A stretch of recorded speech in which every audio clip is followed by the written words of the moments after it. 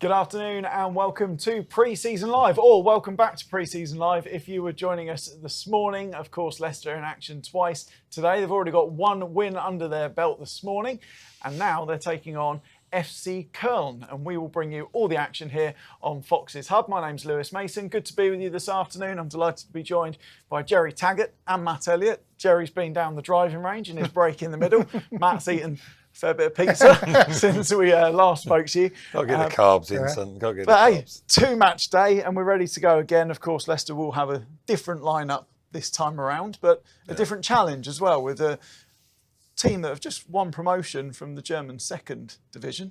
And they're going back up to the top tier, a little bit different to Leicester, going from the top tier the other way. Yeah, time will tell if it's a different grade of opposition to what Leicester faced this morning. Ukrainian outfit were, worthy opponents, weren't they, I think? And that will prove the case again this evening, I'm sure. Stadium atmosphere, which the players certainly will enjoy, and probably the spectators who were there, effectively they weren't spectators in the earlier game. It's a bit more of a match day feel.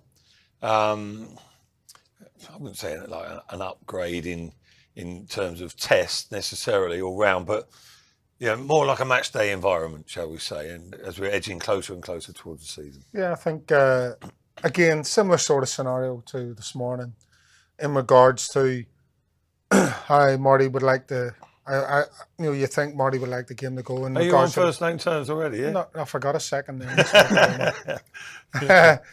and that's in regards to the tempo of the game. We've seen a good tempo from both sides earlier on this morning. And probably the most important thing will be the tempo. If you look at the pitch that they're playing on as well, probably looks a little bit better condition.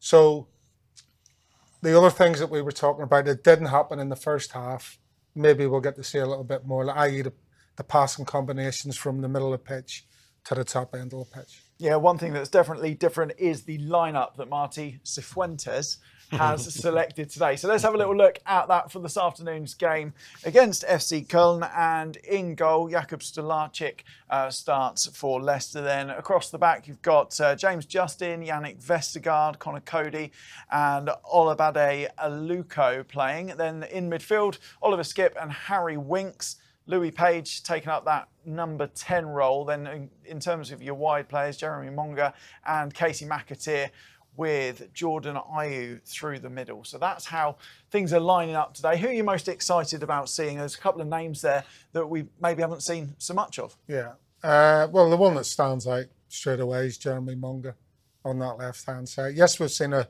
fair bit of Jeremy over the last few months. I was at the game a couple of weeks ago against Leuven. Young Page, I thought, did very well. Good. Looking forward to seeing him again. Aluko had a little cameo role as well, so looking forward to seeing him. And, you look at the two centre halves, vastly experienced, obviously lacking a bit of pace, but, at the sides where Aluko and Justin, then you've got bags of it. So interesting to see how, would you call him the elder statesman of the squad? Yeah, I think it's fair enough, isn't it? See how those two get on together. Yeah, but interesting looking at the subs bench as well. Some names who did feature this morning with Ben Nelson, Wanya Marçal, Silko Thomas, Jaden Joseph all came on and had some game time. And someone that we were fortunate to see at the weekend, Matt, I know you weren't here then, Abdul Fatwu on the bench. He looked very lively when he came on at the weekend against ZTE. Yeah. How good would it be to see him get some more game time this afternoon? Yeah, it goes without saying, doesn't it? He's going to be a massive addition, stroke plus, if he gets back to full fitness, which hopefully he will be very soon. It's encouraging that he's been involved at all at this stage, but it's a very serious injury, but they'll be nursing him along appropriately. But yeah, to feature the other day and then back it up, it's just sort of taking it nice and gently with him. It's not tempted to throw him in from the off, and like I say, they'll nurse him along, but we know what he's capable of in this championship, in this league. And, he was one of the standout performers the longer the season went on. And then in the Premier League, different challenge, different format. And but yeah, encouraging. But again, it's a good display, or it's indicative of Leicester's strength in depth. Again, they fielded two starting 11s, very strong benches. I know some of them have crossed over in both games, and there's a good few players missing due to injury or just like resting out at the moment. So, you know, not everything's doom and gloom. As we mentioned earlier, there's lots of positivity around the squad. Again, we were talking at the other game about, you know, the squad depth in the middle of the pitch, and that's another area of the pitch where Leicester have an abundance of talent and creativity. Out wide. In the wide areas, Yeah. you know, you just talking about Fatal. McAteer's not even. But you've got Mavadidi, Deckard Overraid, obviously the two guys that are starting today. The two lads that started this morning, and Evans and Alves as well. So, I mean, it's an area of the pitch that is very, very exciting, but could also give the manager a bit of a headache. Yeah, absolutely. You know, because he's got that much talent. Yeah, we're looking forward to this one. It should be a good game. We'll bring you all the action. Kickoff is fast approaching. It is going to be a 4 o'clock kickoff, and we'll have full commentary for you. Now, if you missed the game this morning, don't worry. We've got the highlights for you as Leicester took on Lviv. He is a little bit right to feel a bit frustrated with that decision. Looked a little soft. Yeah. Yaroslav Karabin is the number 19 over this, and it's him that shoots him. What a free kick it is from the 22-year-old, and Kapati Lviv take the lead thanks to a near perfect free kick. It's an absolutely outstanding finish. Over the wall, dip, curve, and right into the top corner as well. Patson Daka from the spot. Scores. It just creeps under the goalkeeper. Daka gets his first then of pre-season. Leicester get their equaliser. That will do his confidence the world of good, Owen, and Leicester right back in this game now. Yeah, we spoke in the first half about how desperate Patson Daka would be to get on the score sheet. You know, he is arguably the only senior number 9 at the club at this moment in time, and will fancy himself to, I'm sure, be the leading striker come the first game of the season as well. Perhaps gets slightly fortunate. The power that Daka puts on this ball, it's not right in the corner, but does just enough to get it past the goalkeeper. Well played, Bilal El Khanous. Slips it in now for Patson Daka on his left foot, fantastic, gets his second of the game. Well, it just shows you what confidence of a goal can do. He slid the penalty under the goalkeeper at the start of this second half. Fantastic play there from Bilal El Khanous. There's a smile from manager Marti Cifuentes and a smile from Patson Daka as well, who thanks to the Moroccan El Khanous for sliding him in, and then he's done ever so well with his left-footed finish beyond the goalkeeper. Leicester take the lead. Bilal El Khanous take a bow. That's a brilliant bit of play. There we go, a 2-1 win for Leicester this morning against Kapati Lviv. Gents, we watched that one earlier. If there was someone who stood out today, who would be that player who caught your eye the most watching that game earlier? Good question. Yeah, it was that long ago, Les. Yeah, off the top of my head, I'm just trying to rattle through I thought Khanous at times. Yeah, I thought Will Alves in the first half, you know, put some lovely crosses into the box. You know, looked really lively. And second half. Second half, yeah. Yeah. Well, But second half, sorry, I Yeah. meant second half. Yeah, he put some lovely balls. You know, put a ball in for the penalty. Yeah, he looked exciting. Yeah, they grew into the game, him and Evans, didn't they? A little bit. Khanous, as did Leicester, really. Leicester were a bit. The first half generally was a bit non-eventful. But, you know, you thought that might be the case. It opens up a little bit. And Khanous wasn't his best game by any stretch of imagination, but for me, he looked like the classiest performer. Yeah. Or just that touch for that second Yeah. goal. Such a that class. alone. Yeah. And, you know, and as Matt says, you're not going to, I suppose, with the guys with the players that, you know, are sort of, for want of a better phrase, nailed on to start the season. And you don't expect them in these games. All they're looking to do is get the minutes, get a few passes, create a few chances, maybe score a few goals. But the one thing you don't want to do is get injured. That's the number one key element for those established players. But there he just showed the class that he's got. Yeah. With just that split-second decision to just lift the ball over and then bring the ball inside. He didn't play it too early. Just took his time, waited for the right moment, and then threaded it through. Just a little touch of class right there. If he is, and I hope he does, going to be staying at the club, because there's a little bit of speculation about him, isn't there? Don't know to what degree, but again, I keep mentioning it about levels, but in the Championship, he'll be standout. He'll be a standout performer, without a doubt. Quick word on defensively, because you talk about nailed on positions, those centre-back berths, no one's really nailed on.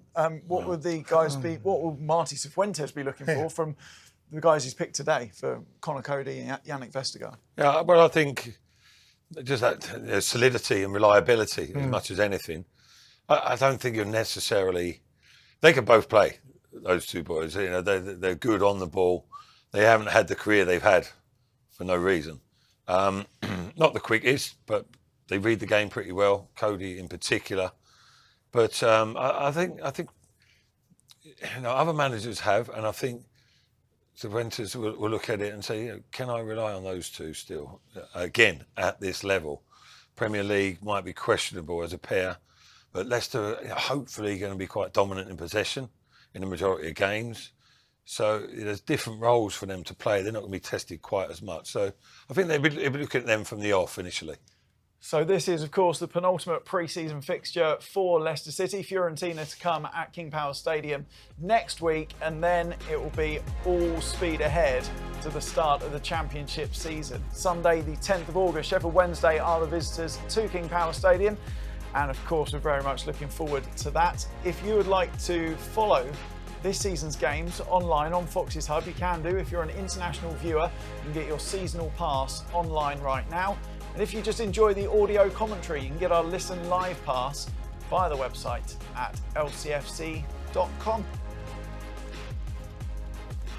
Not long to go, is there? The season is coming. And of course, this is a huge test. And players in that dressing room right now are thinking, I need to make a mark. I need to get my name in the manager's book I'm going to start that game against Sheffield Wednesday. Yeah, and I don't think, in most people's eyes, you could nail down the starting 11.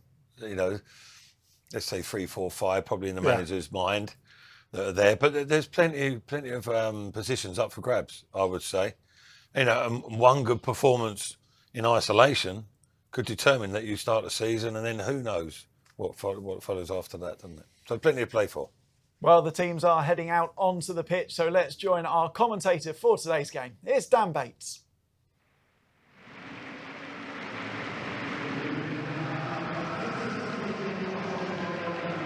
Yes, good evening and welcome along, or good afternoon, and welcome along to the McAteer Arena, here the home of Sturm Graz in southern Austria for Leicester's penultimate pre-season friendly of the summer, and of course their second of today.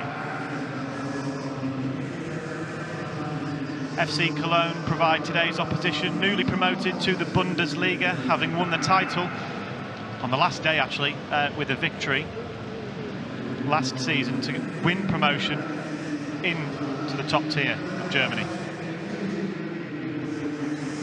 They don't spend many seasons out of the top flight, Cologne, having been relegated the season before, but they bounced straight back up and will be hoping to fare better in the Bundesliga this season. But we care about the Foxes, of course, in their new blue kit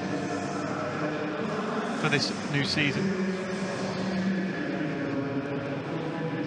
And let's start with the Leicester City side. Jakub Stolarczyk is in goal. It's Justin, Cody, Vestergaard and Aluko across the back four. Winks and Skip in midfield. Jordan Ayew will lead the line. And in behind him, it's three exciting young academy graduates in Casey McAteer, Jeremy Monga and Louis Page. There will be a minute's silence though here before we start.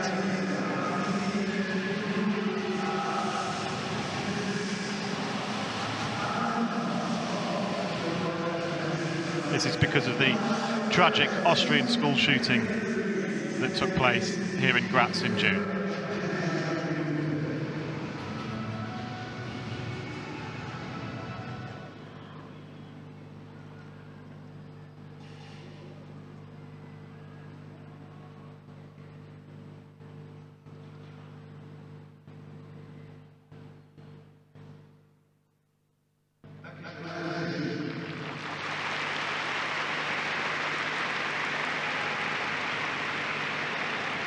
Yes, truly awful events in this city a month ago.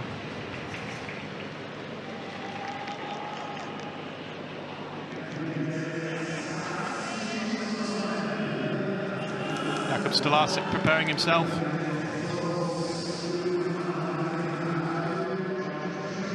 As are the FC Cologne players. Still a little bit of a wait for Cologne before they start their new season. Their first competitive game comes on the 17th of August in the DFB Pokal in their cup competition. Whereas Leicester, we know, just over 2 weeks now until the start of the new championship season. So for the second to last time, Jordan Ayew will get Leicester City underway in this pre-season.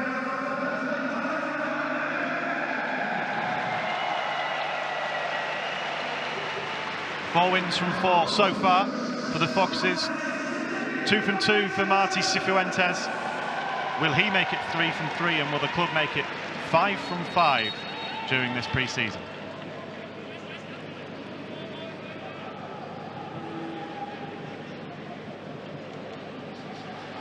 Skip.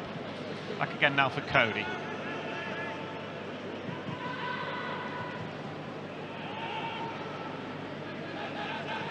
Monga, the ever exciting 16-year-old Jeremy Monga.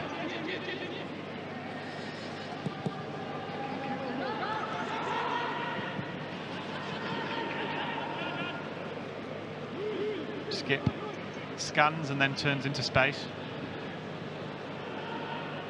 Loose touch from Aluko. But look how quickly Leicester get bodies back in and around the ball. And Oliver skipped as well.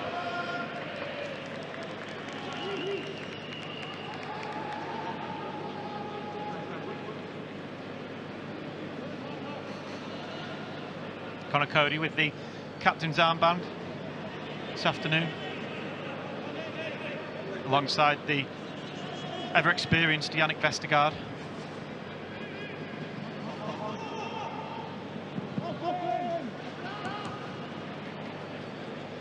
Busy start for Skip. He finds Page. McAteer wins it back well. Jordan Ayew sweeps it out to this left-hand side now for Monga. One-on-one with his fullback. Plays a lovely ball in for Casey McAteer. Gets the right side of the defender. There's James Justin. He wins the first corner of the day, 2 minutes in.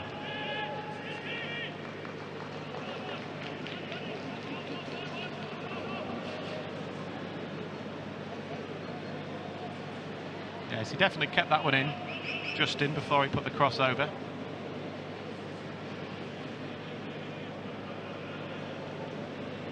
Deflecting off Sebulusson.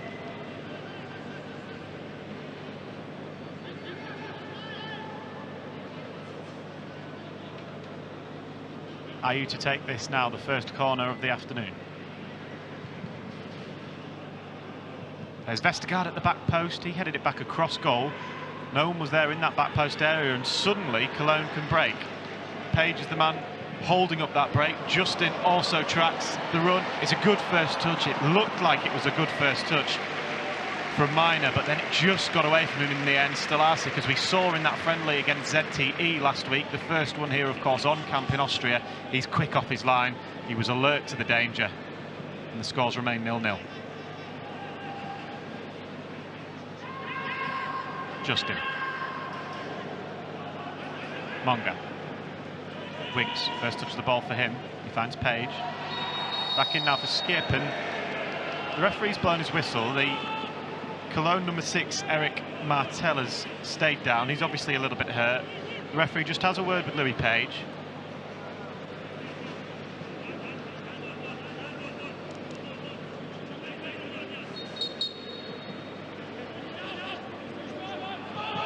Schmeid. Back for Hubers, the Cologne captain. Cross for Pacarada.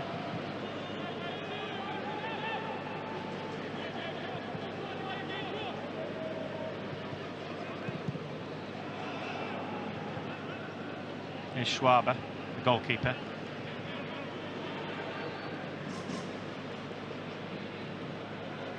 Kaminski, lovely 1-2. Kaminski gets away on this left-hand side. Aluko tracking back. The ball in front. Kaminski is a good one. There's a chance, and there's the first goal of the afternoon. And it's Jan Thielemann that has snuck in and placed it beyond Jakub Stolarczyk. And the Bundesliga side lead the Championship side by 1-0.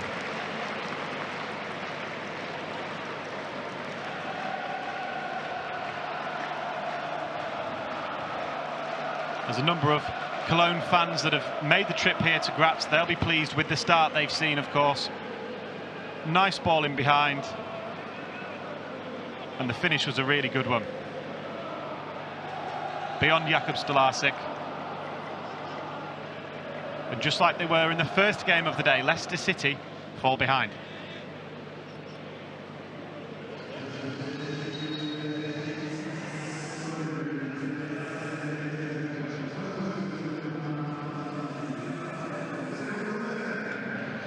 Sebastian Sebulson with the strike.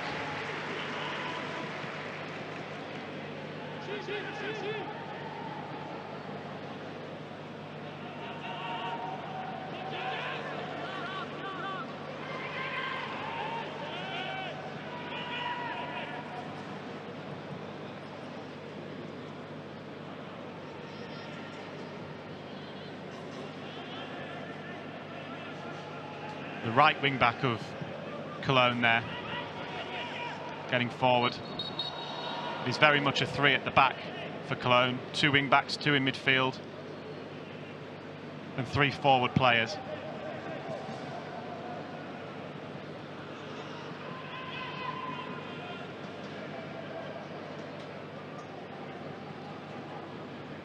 Skip.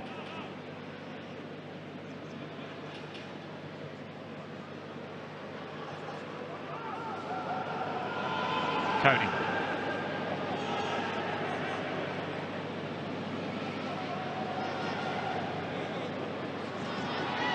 Skip turns away well.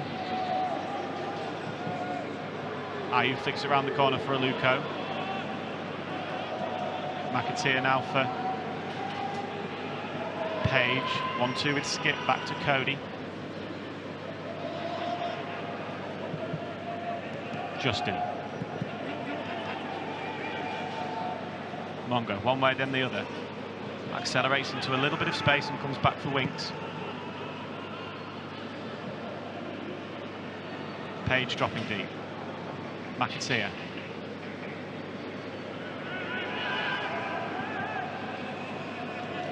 Vestergaard.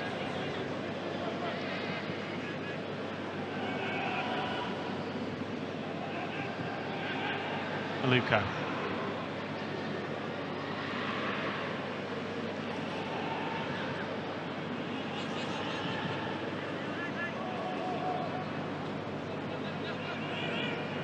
Vestergaard just about gets it away, but FC Cologne can break again. Page covering for his teammate Aluko there in the right back position. Johansson. 1-2 with Martel in midfield. Those two link up well.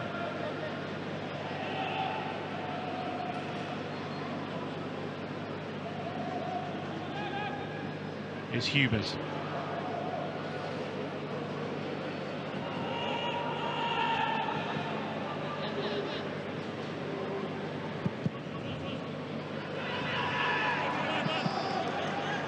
Vestergaard taking no chances.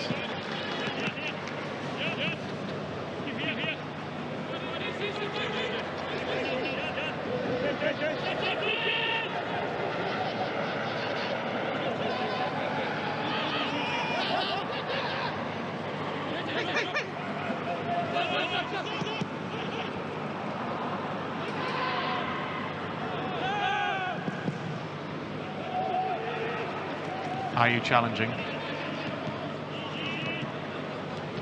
A little bit scrappy this opening 8 minutes from a Leicester point of view.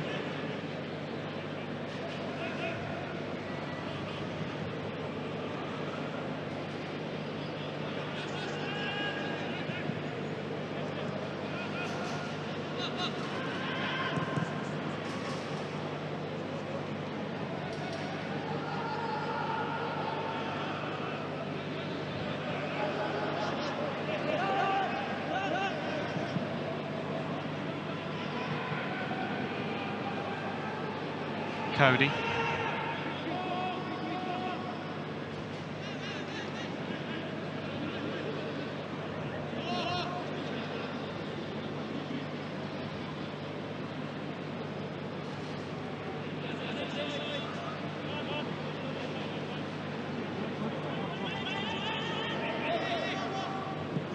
Nicely done from Stolarczyk, finding Skip. Beating the press, Leicester, now with Winks. Here's Ayew again. That's Justin to his left, that's who he finds.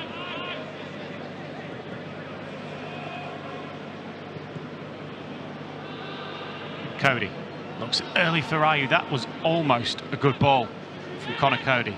Maybe slightly on his heels, Jordan Ayew.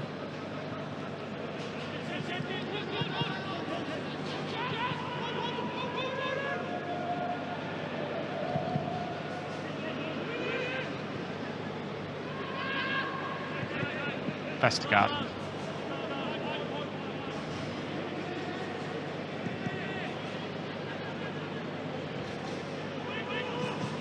Winks. Ayew. Back for Skip.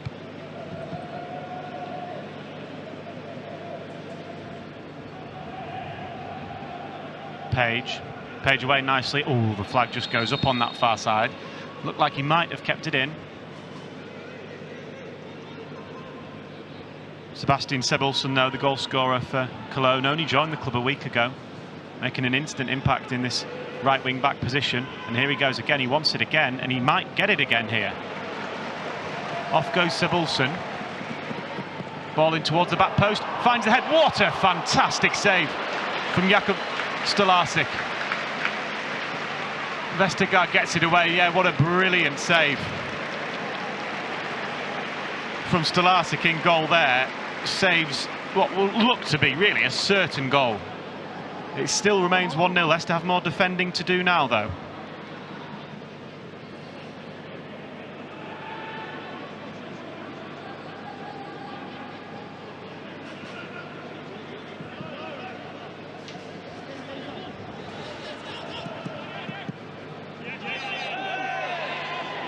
Well, Jan Tielemans has gone down here. He's collided with James Justin.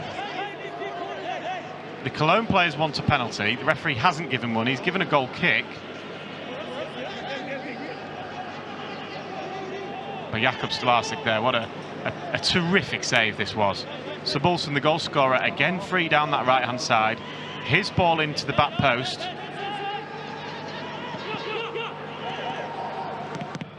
And Stolarczyk produces a moment of brilliance there, really, in goal.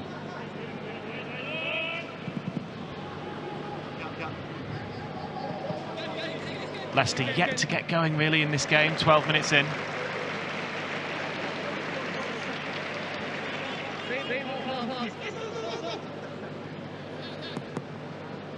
Justin, dangerous ball inside, but Louis Page does really well, takes no chances.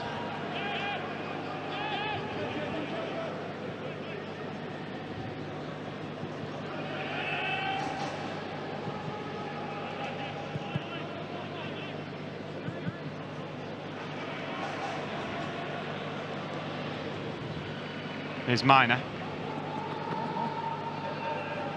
Kaminski cuts inside, strikes one, well blocked from Cody. And McAteer sends one long. Hubers gets the header. Can Ayew get there? Surely he's fouled Jordan Ayew.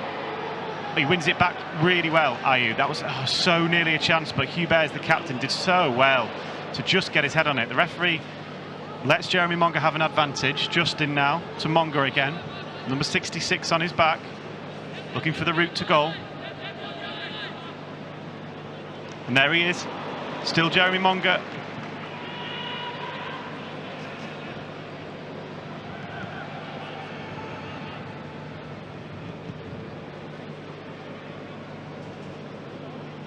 Winks.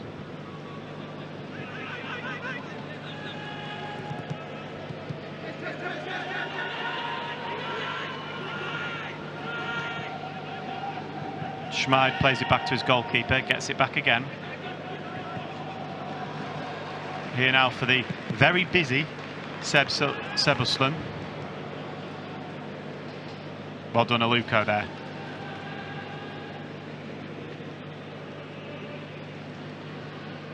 And again, good battling from the young right back. Page wins it back. And McAteer recycles. Better from Leicester, though, in the last couple of minutes.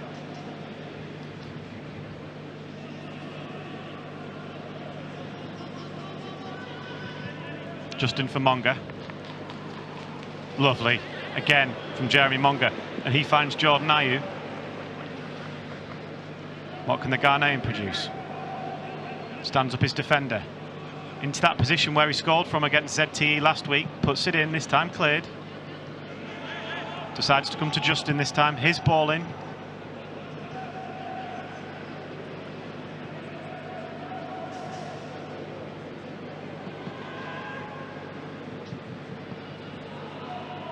Pacarada away now.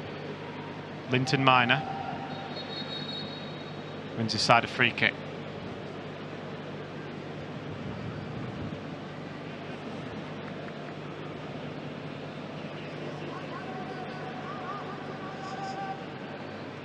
Luca there, just probably a little bit too eager.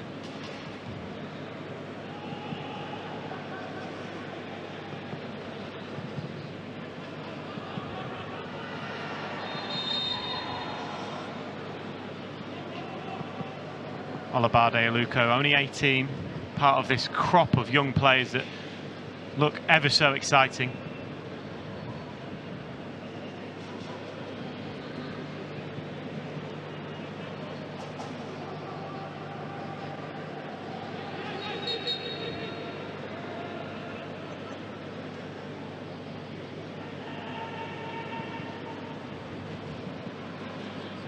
Minor.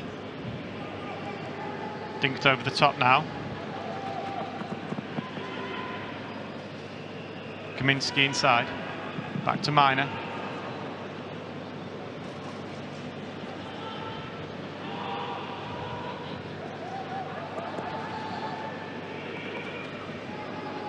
Pacarada inside. Sebeluson. Schmid. Chance on the half turn and a terrific goal. Gianluca Waldschmidt gets it. It just opened up for him on that left foot and he didn't need a second invitation. And Leicester, after 17 minutes here, find themselves 2-0 down, and this winning pre-season is very much under threat here.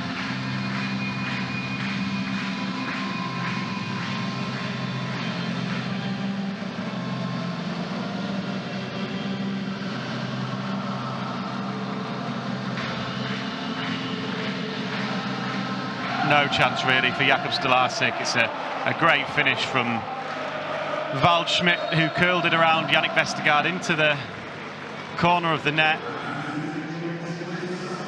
He's made 7 caps for Germany, Waldschmidt, scoring twice, and you can see why with strikes like that.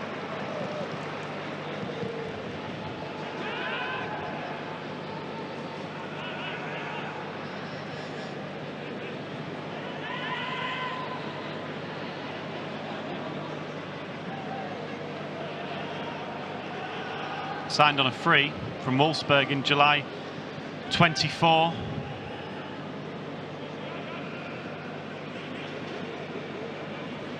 Experienced player in the Bundesliga.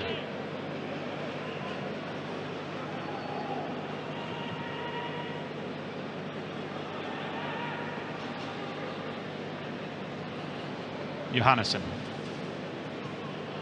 Schmid. Too much on that.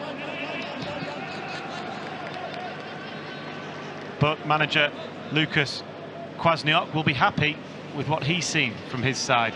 Similar to Marti Cifuentes, joining in the summer.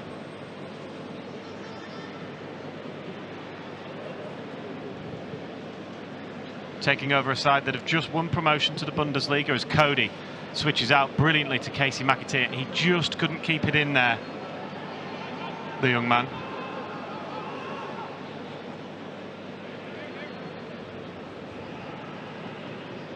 Oh, can Winks sneak in there? Not quite.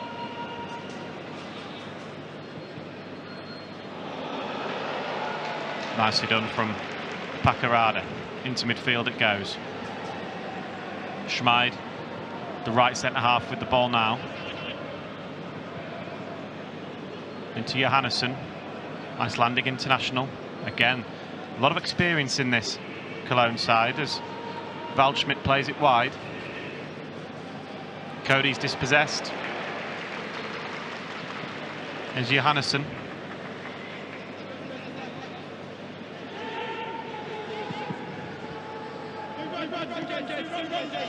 Wide for Substitutions. Back again for Johansson. He goes aerial. Minor with it now. Pakarada's cross. Justin heads it up rather than out. And Monga won't often find himself in defensive positions like that, but the young man does well.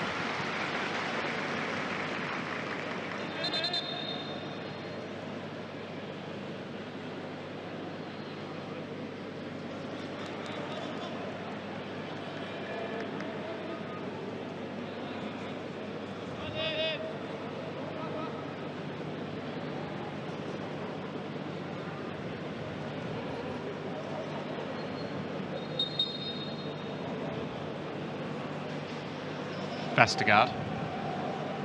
Now for Cody.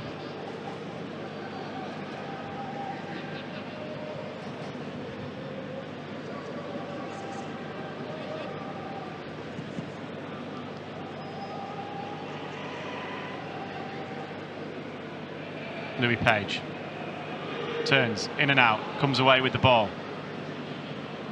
Nice low centre of gravity about him there, Louis Page. Kept the ball well, showed some good strength. His ball forward, though, will have been disappointed by.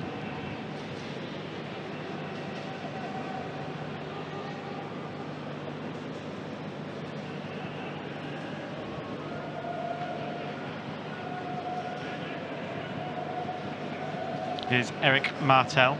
30 appearances for the Germany under-21s to his name.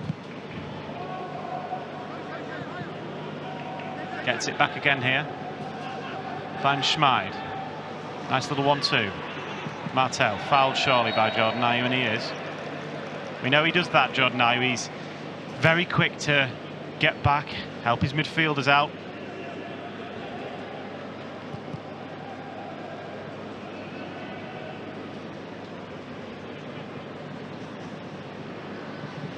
Pakarada.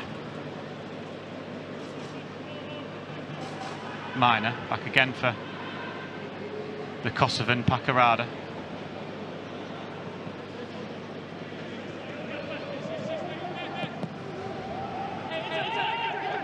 Schmeid. Hubert.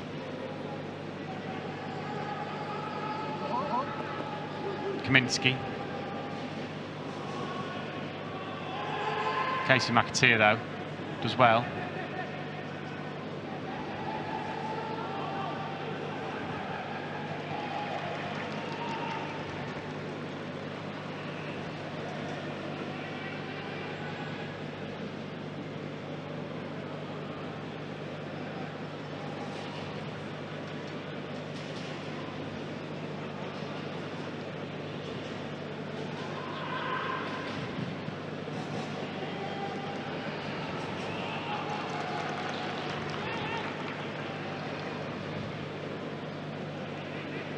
Mantle.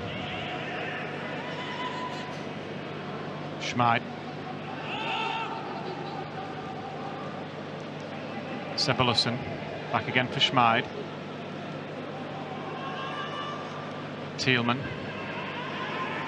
Has it again.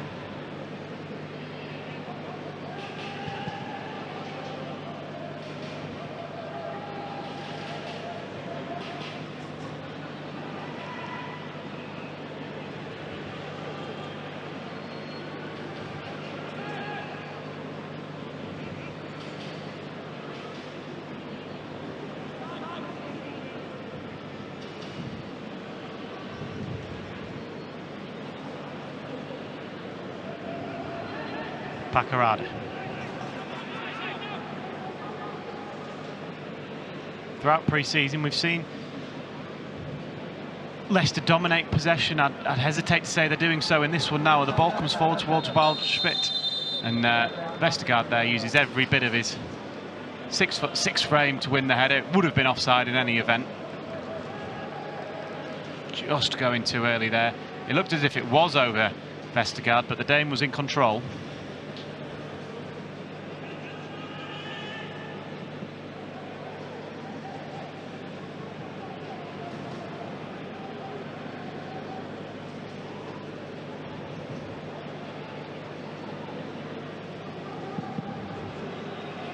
Stalasic sends it long.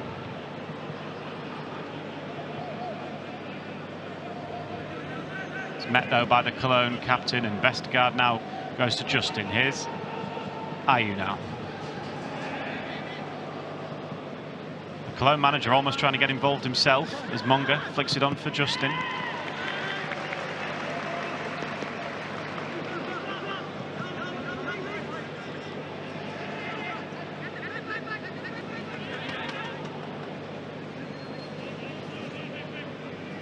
Skip shows for it. It goes all the way back to Vestergaard.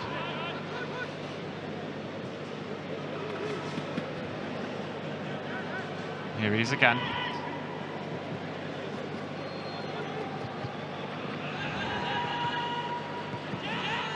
Sebelusson.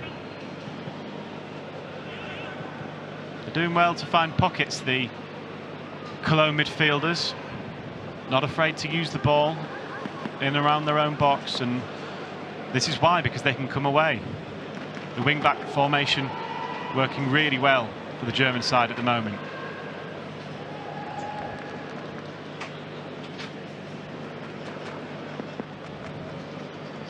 Here's Hubert.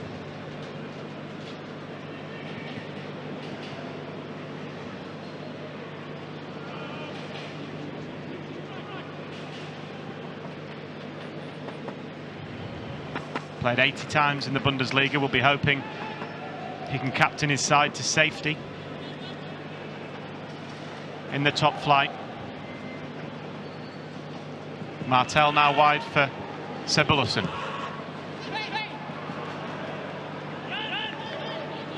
Johannesson back for Sebelusson again. Already with a goal to his name. Fancies another, but Skip is there.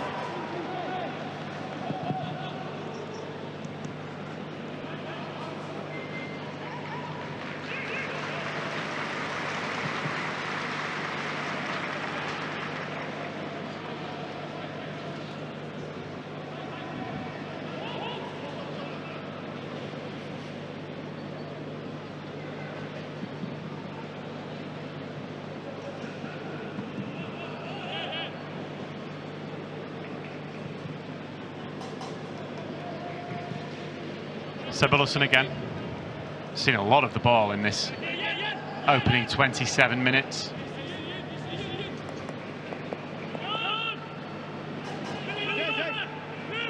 Jan Thielman takes the throw.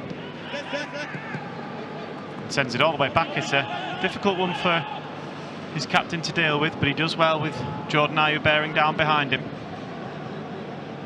Here's Pacarada.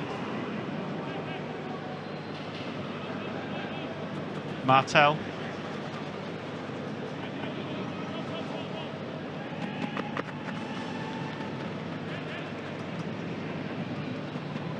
Here is Hubel. Extremely popular here at Cologne. Been at the club since the summer of 2021.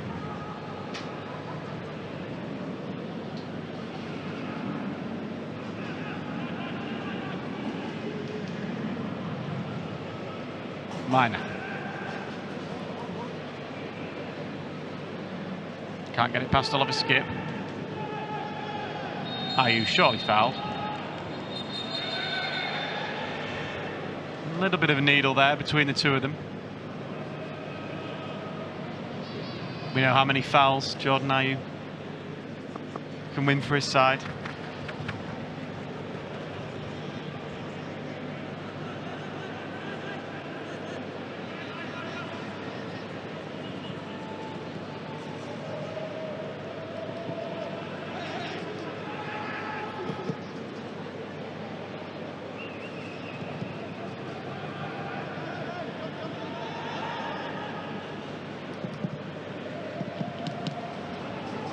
Justin attempts a pass forward, it was blocked, and Stolarczyk will pick up. Here's Cody. Luko, nice touch away from the midfielder, Louis Page. Very cultured left foot to him.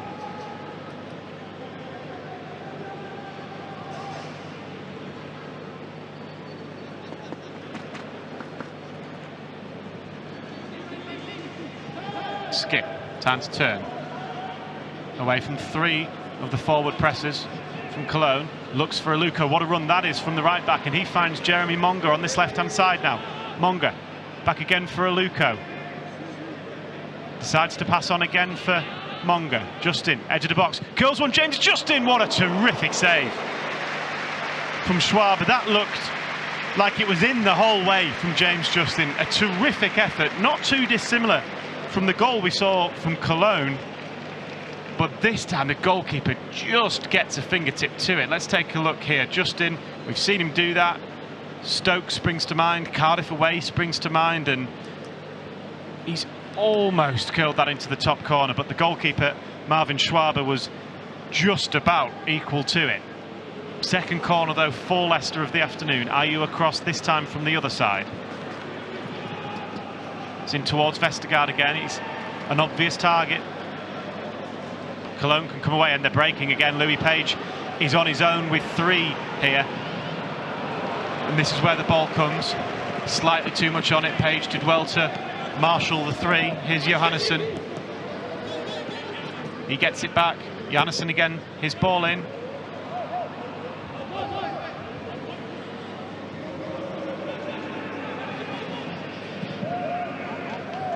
Here's Waldschmidt, the scorer of Cologne's second here, half an hour in. Here in Graz, the Foxes trail by 2-0. Pacarada might shape to shoot here, he does. Oh, and it's just gone wide. You'd think Jakub Stolarczyk had it covered. He dived at the last minute.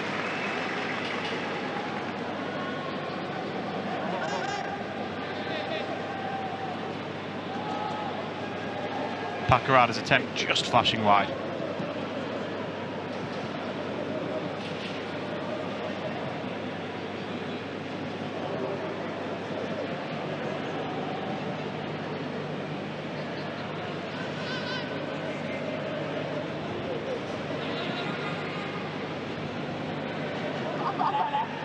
Stolarczyk.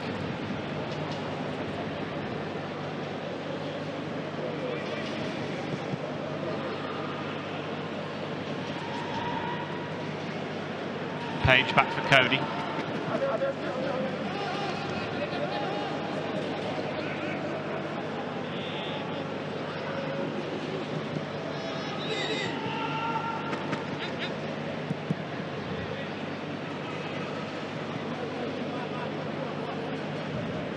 Vestergaard.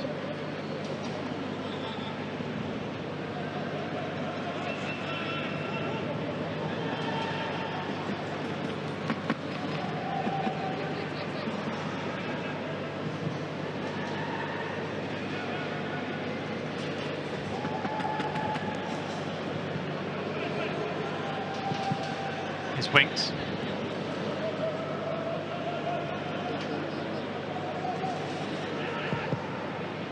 Ayew. Fouled again.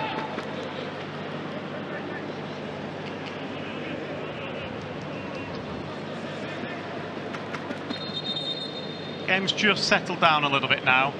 After that opening flurry, Cologne flew out of the blocks, scored twice early on. Leicester have since grown into it. It's become a lot more of an even affair in the last 15 minutes or so. James Justin forcing a terrific save out of Marvin Schwaber. The score does remain 2-0, but better and more promising signs from the Foxes, who have Cody on the ball now. McAteer, nicely done in for Page. Page to Ayew. Breaking forward quickly here, Ayew, though. You can see why he's put a lot on it. He wanted the players to take it on as they came past, but just dissected the run of Winks and Justin. Schmeichel.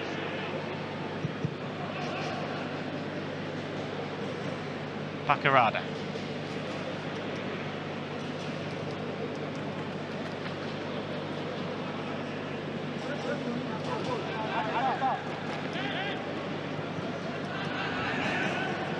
Tielman, Sebulussen.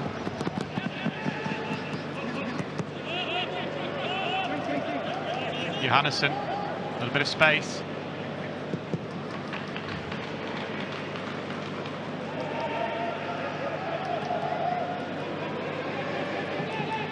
There's the ball to the back post, James Justin just about getting ahead on it. Otherwise Leicester were in trouble again there. Good back post defending though from the England international.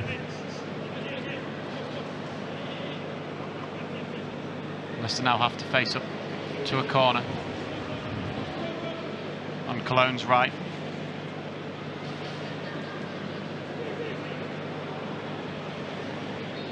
Johannesson across to take it. The son of former Leicester player Joey Gudjonsson. He puts the corner in. Nothing comes of it. Ayew has time to clear. Yeah, Joey Gudjonsson, of course, at Foxes between 2004 and 2006. We'll know Matt and Jerry well.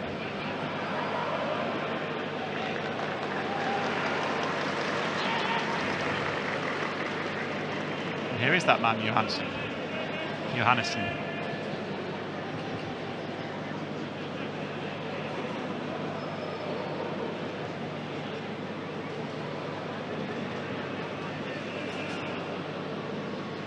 Hubert.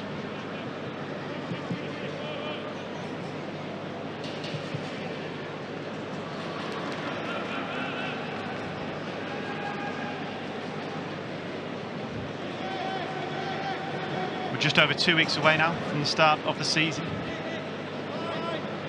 And if you want to follow Leicester City live this season, then you won't miss a thing with Fox's Hub. Early bird packages are available now, with international seasonal video and seasonal listen live passes also on offer.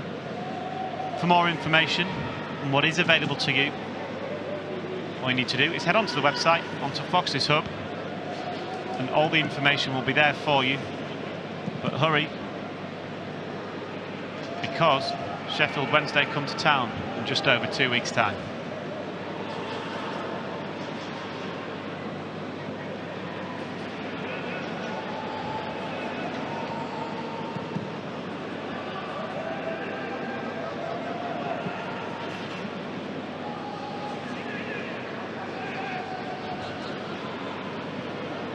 Skip.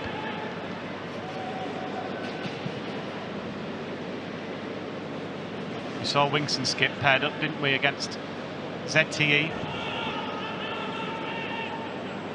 That first pre-season game of this camp in Austria. What a touch from Jeremy Monga away from the fullback. Still Jeremy Monga, ball glued to his feet, shoots from distance, good save from the goalkeeper. But that is what the 16-year-old can do. Jeremy Monga from absolutely nowhere beats 3 men and forces a good save from the goalkeeper.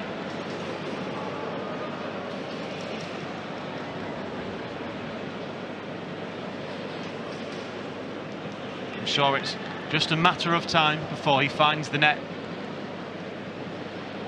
The first team in the blue shirts.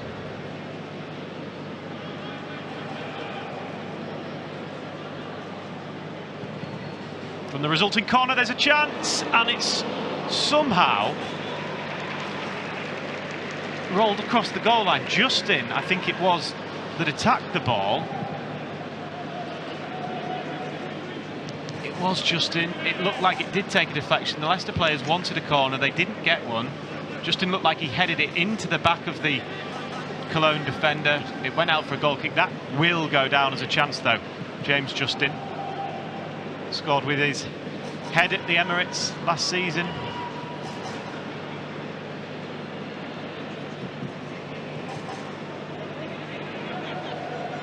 Before scoring the quite ridiculous volley. Meanwhile, here's Monga.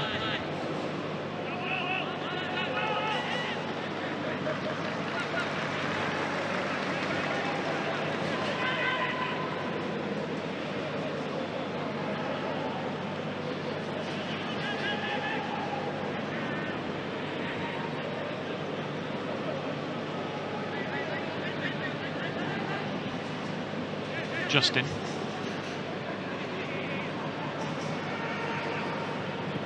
Skip to Cody. Back for Vestergaard.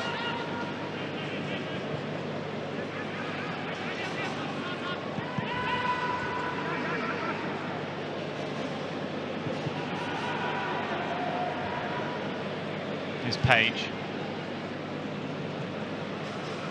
Luco will get a second bite of the cherry.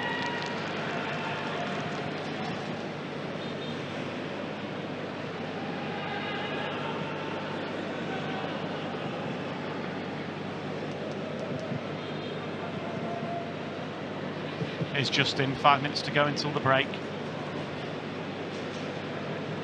A break I imagine Cifuentes will want. He'll want to talk to his side. It's the first time now in this is third game in charge that he'll find his side struggling. They have grown into it since the 2 goals from Cologne. Ayew wins another free kick. He and Hubert engaging in a little bit of a battle at the moment. They've both had a go at each other. That was a late one, wasn't it, from the club captain. Bacarada has the armband today, but Hubert, 4 years at the club, remains club captain. He's not happy, despite the fact he's probably fortunate not to get a yellow, only due to the fact it's a pre-season game.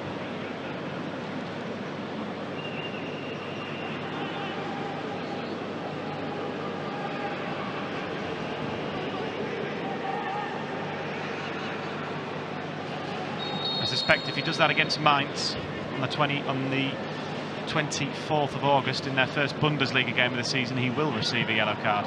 Anyway, here's the resulting free kick. It was aimed for Cody, it was headed away. And Leicester recycle again.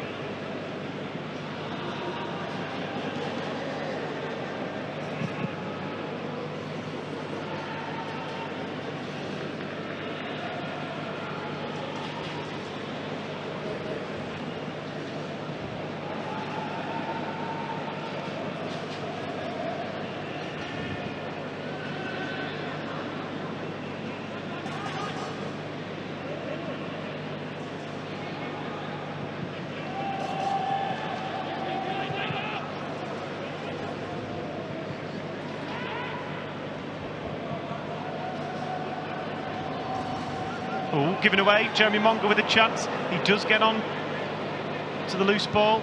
Lays it back for Louis Page. Shot blocked. Casey McAteer, what a finish from the young man.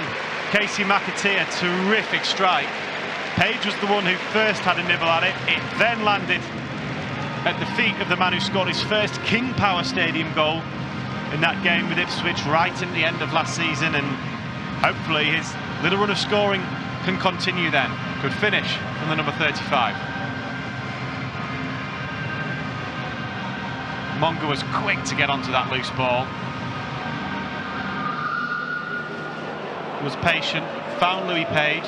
His shot was blocked, and then it was one touch. Bang! Top corner. Casey McAteer.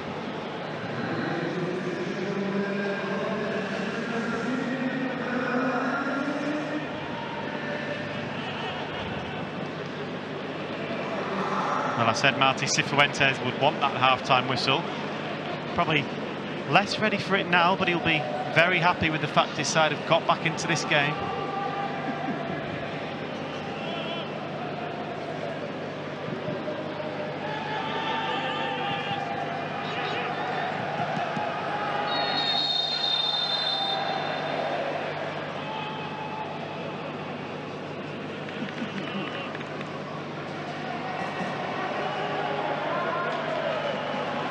We do see the first yellow card of the afternoon.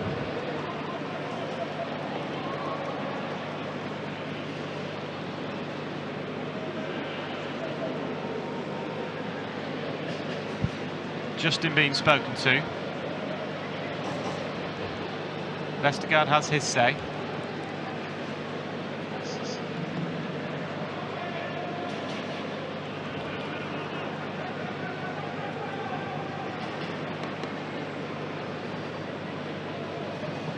It was a late one from Justin. I think the point Vestergaard was making, that was his first one.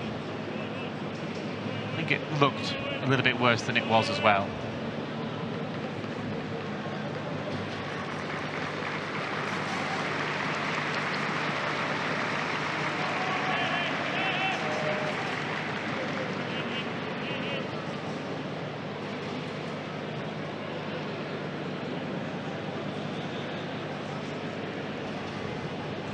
TL man, I'm sure, will be absolutely fine as we resume play now.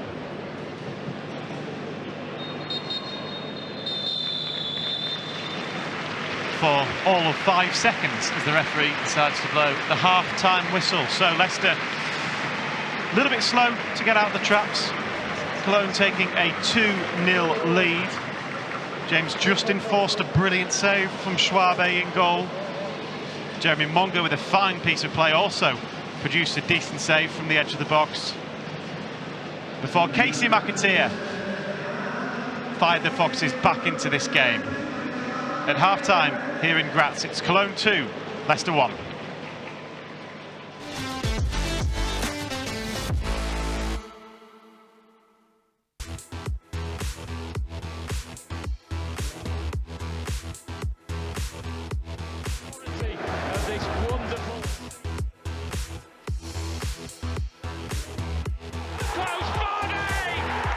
Declares Leicester City champions. There's a few banners actually in the players. To signal that Leicester are straight back up to the Premier League.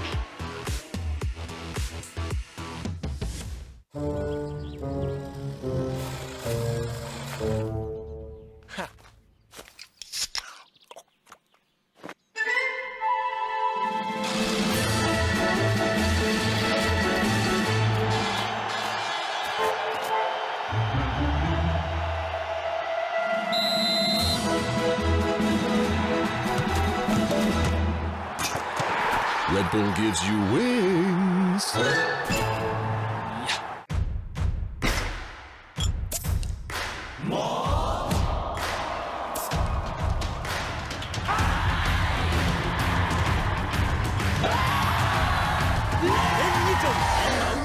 biết Sài Gòn.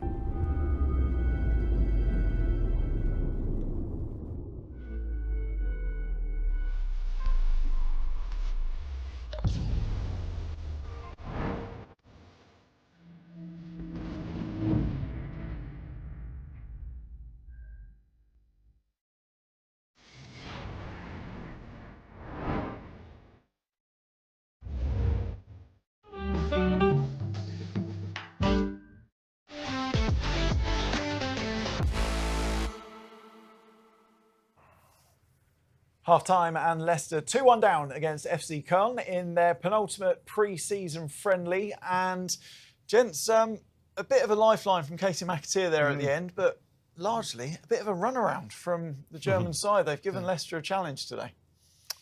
Yeah, I think, sorry, yeah, no, I think it's fair to say that. I think, I don't know if they're at different stages of the pre-season, but they do look a little bit brighter and sharper. Leicester look a little bit lethargic, a little bit out of sorts. Listen, it's not results dependent at this stage of the season, but you'd rather win than not. But Leicester sort of haven't reacted to going the goal, then the 2 goals down, and they still continue to play in the same way they were from the start, which wasn't that productive, to be honest. The tempo's slow. You expect that in pre-season, but I think they're taking it to extremes a little bit. I have to be honest. I think, you want to practice playing at a certain pace, something like you're looking to play come the start of the season. I haven't really seen that by and large. I don't think so far. I think if you analyse both halves in both games, both the first halves in both games have been chalk and cheese. And we talked about the tempo in the first game, in the first half, where there was people blowing. The tempo in this game from Leicester has been very, very slow.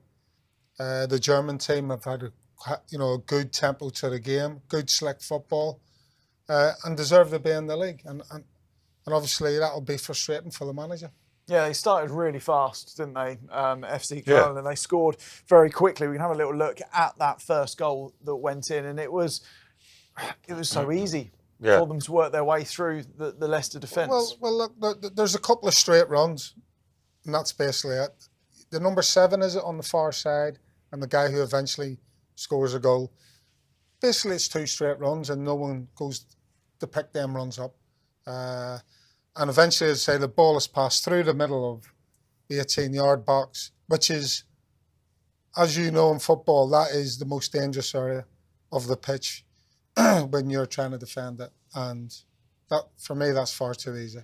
Yeah, from Cologne's point of view, it's an excellent goal. They've turned it over high up the pitch, and then all of a sudden there's the runs from the guy who scored is playing wide right. But both goal scorers, the guy who scored the first goal and the guy who scored the second goal, both make straight runs in the box. But they're coming from a wider position, but in unexpected areas of the pitch they're making a run from.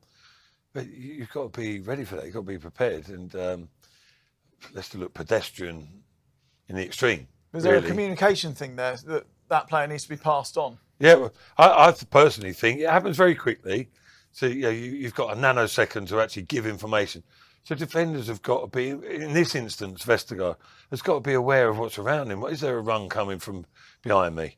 Can I go, if I go and only half close down the possible pass stroke shot, am I leaving a gap behind me for them to run into? Is anyone running there? The answer is yes. James Justin can feed him that information, saying, man, come in, the left shoulder, whichever, whoever their chosen method of communication is. They did nothing. They did neither, really, and they just sauntered their way in. Good play from Cologne, poor from it. James Justin started to track the run and then stopped tracking, thinking that Vestergaard had seen it. But Vestergaard's watching the ball. He can't see. He hasn't done one or the other, Vestergaard, has he? The guy running in behind him. So it's down then up to James Justin to pass the information on if he's not going to carry on tracking the run. If he doesn't pass the information on, he has to track the runner. And the runner is the guy who eventually scores a goal. Yeah, you can't assume anything. The Perlham have done nothing to try and stop that run or track that run. And that's why it ends up looking so easy for them. It actually happened remotely similar very late on. Just showed a clip there when the shot from distance. It was a shot, not a pass, stroke cross. But the same run in between the same 2 defenders. They didn't track it. It was offside in the second instance. But something they need to be aware of. Well, that assumption of responsibility may well come into the second goal that Koln scored as well, because man, all on his own, with plenty of time to pick his spot. It's a stunning finish, don't get me wrong, but he is all on his own. But it's well worked here from Koln, a patient build-up. The ball. This is James Justin's problem all day. But here, you see Vestergaard in the middle of the pitch. Conor Cody and Vestergaard, 2 of them marking 1 player. Conor Cody has to pass on the information to release Vestergaard. Vestergaard has to realise that there's a player stood on his own on the edge of the box and I'm the nearest man to him. I have to release myself. And Cody has to then cover Ryan on the other centre forward. Again, it looks like... If we have another look here, sorry to say. But for me, once he's made that run in behind, Monga it was, who was like half tracking it at first, Vestergaard should be coming over anyway, like about 3 seconds earlier.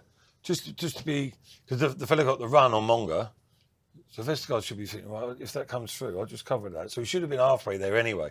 Then the pass goes to him, then you can go and close down. He was too far away. And a little bit disjointed, to say the least, Lewis, in the back line there. So lots of talk about the defensive aspect. From an attacking aspect, of course, saw some efforts. James Justin went close. Jeremy Monga had a good run and shot. And they did get themselves back into the game just before half-time with Katie McAteer. Monga's been a constant threat, hasn't he? Against probably, Cologne star player on the right-hand side there. I'm not going to even try and attempt his name. But yeah, Jeremy Monga's been a bright spark. And this is a really good finish. He hasn't got much time. He does know it's coming to him. He's got a split second to react after it comes off the defender, young McAteer. First touch is fantastic.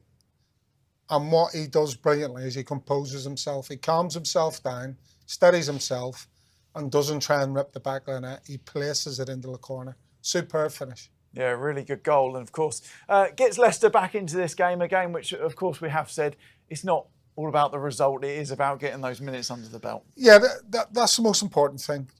I suppose you could put the defending down to a little bit of rustiness. You know, a few of the players have been away. You know, I think, you know, Vesgaard was away on international duty. We turned up late, might have turned up late for pre-season training. But certainly areas to improve on. Keep giving the ball to Jeremy Mungy. He looks proper lively, doesn't he? Yeah, Real no, I bright think, spark. I think you saw a little bit of the mood of things with McAteer's goal. There wasn't any sort of jubilant excitement or from that, and they recognise what it's, you know, what the worth of the game, shall we say. Great finish from McAteer, but he's not getting too excited about it.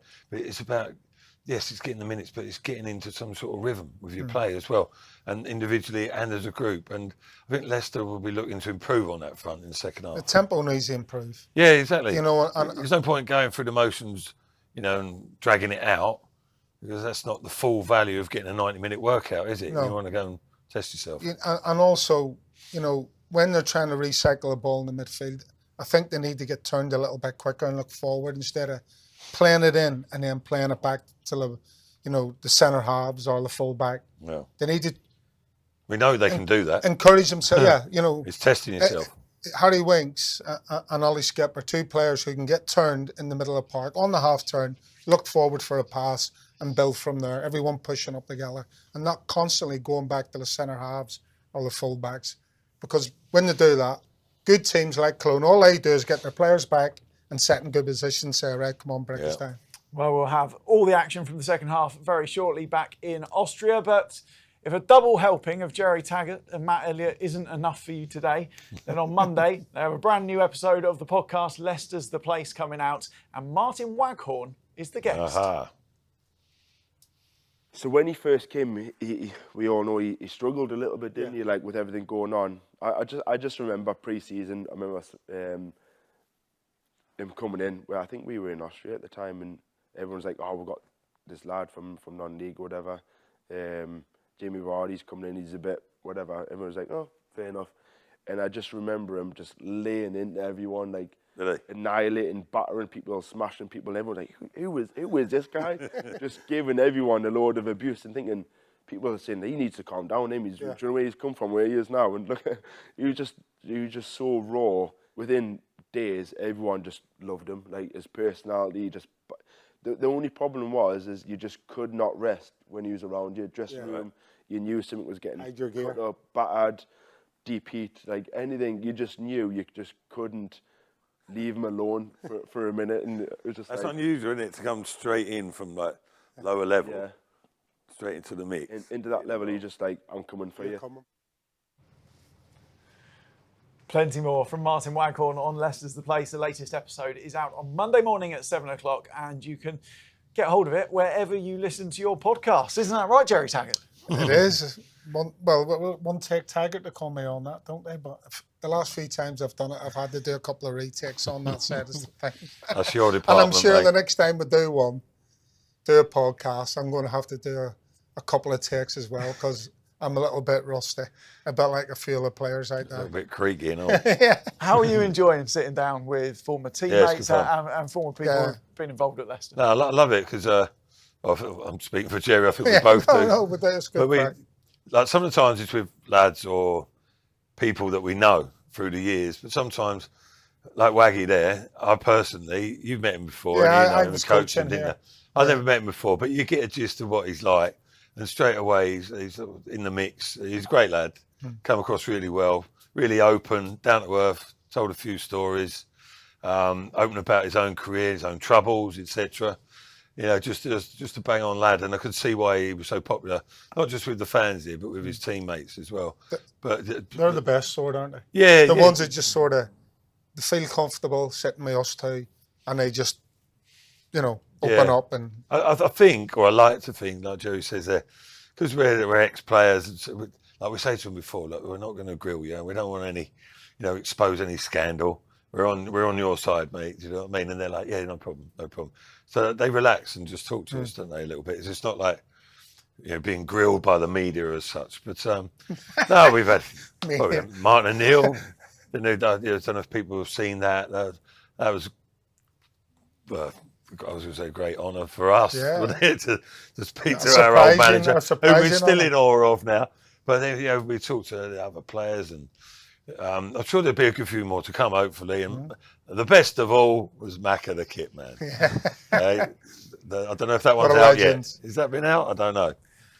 Brilliant stuff. Well, of course, you can listen to all of the episodes wherever you get your podcasts, and you can check it all out on lcfc.com. So not long to go now until the championship season is here upon us. Sheffield Wednesday are the visitors to King Power Stadium on the opening match of the season. If you're an international viewer, you can watch all the games this year by grabbing your Game Pass at lcfc.com for Fox's Hub.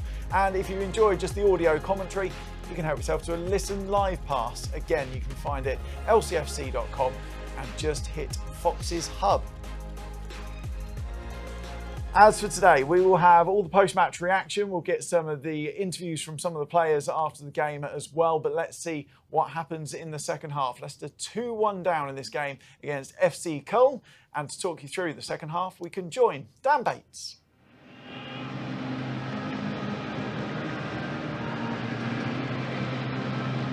Thank you, Lewis. It is now time for the third and final half of football today. For the Foxes, there was a win earlier, and now this second 11, this second squad, have a little bit of work to do in this second half if they're going to emulate what the lads did a little bit earlier on. Casey McAteer, though, has given this side a chance of getting back into this game with a terrific finish into the top corner just before the break. But the scores are Cologne 2, Leicester 1.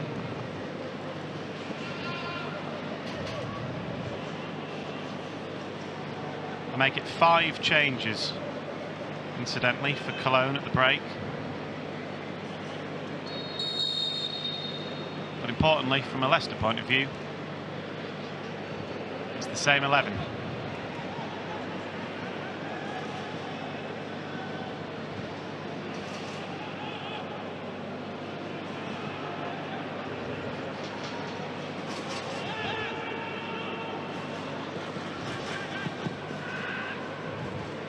Changes on this left-hand side too for the German club. And immediately a chance for the substitutes, combining. Jakub Stolarczyk has made an incredibly brave stop. Now, I think he might be in a little spot of bother as a result of it. It was so brave from the young man. Justin, I think, was involved too. He's stayed down as well. Oh yeah, that's a nasty one for the goalkeeper. Justin was in there too. Let's have another look at that. Yeah, he's just collided the substitute coming in there. It was Stefan Tigges who's collided with Jakub Stolarczyk, and both he and James Justin are currently down receiving treatment. I think the bigger of the two concerns, purely because it's a head injury, is for the goalkeeper. Justin's getting treatment to what looks like his left foot. Stolarczyk is on his back at the moment. He is now sat up a little bit. He's got the doctor treating him. Cifuentes looks on, concerned at what he'll see. Obviously never nice to see any player get injured, let alone in pre-season. As we can see, this is a good sign. Jakub here, he is frowning. He looks as if he's going through concussion protocols. Clearly a sore one. He was knocked into pretty hard. He's just walked down the byline, he's touched the corner flag, he's having a little jog back, he's giving the nod to the club doctor there, which is a promising sign. And hopefully both he and James Justin will be fine to continue. Nice applause, warm applause from this crowd here in Graz. It's very heavily weighted with FC Cologne fans. It's a much shorter journey for them, of course. Jakub looks as if he's saying he's okay.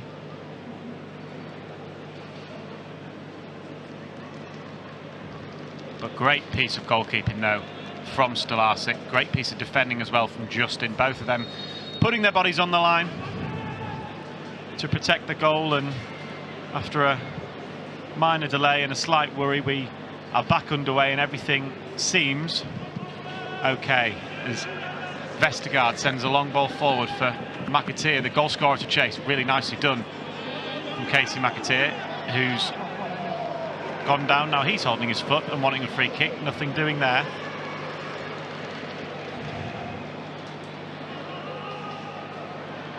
Vestergaard beaten on the right.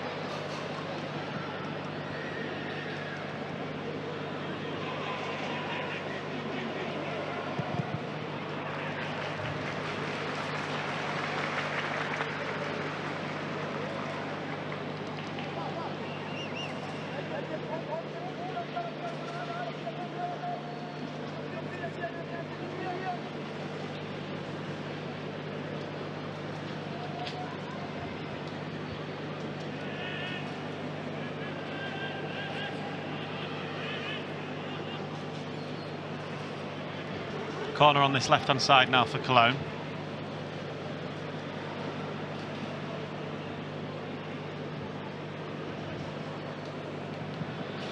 New swing went in. Brilliant goalkeeping from Jakub Stolarczyk. The whistle had gone anyway, but he was showing no signs there, Stolarczyk, of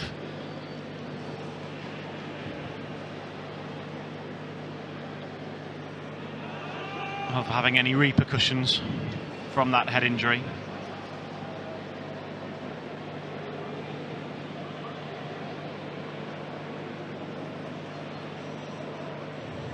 Cody.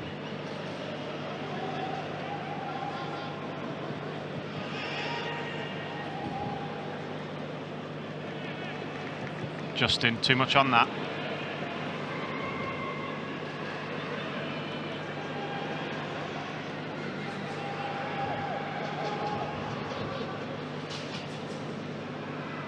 Was indeed a full change for FC Cologne.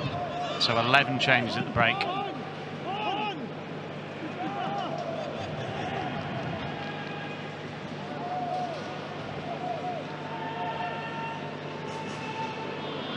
Monga, away from a couple, wins a free kick.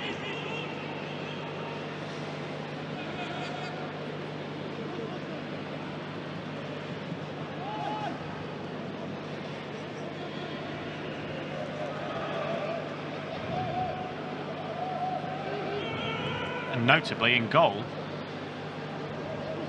is Ron Robert Zieler, former Leicester man of course, signed in 2016 as an understudy to Kasper Schmeichel, played 9 times in the Premier League.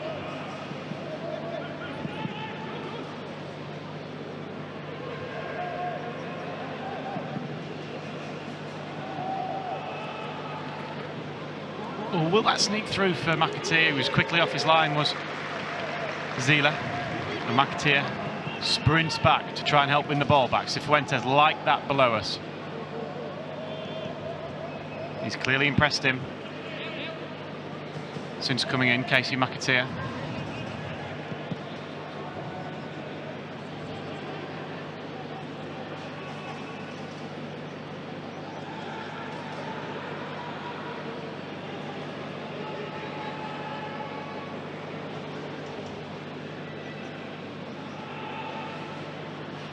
Ache, strong against Vestergaard there.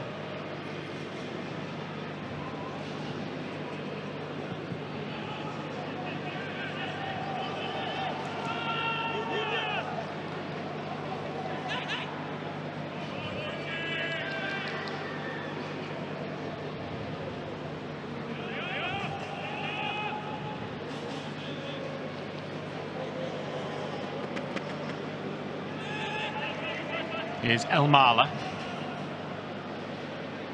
Elmala, good ball for Ache.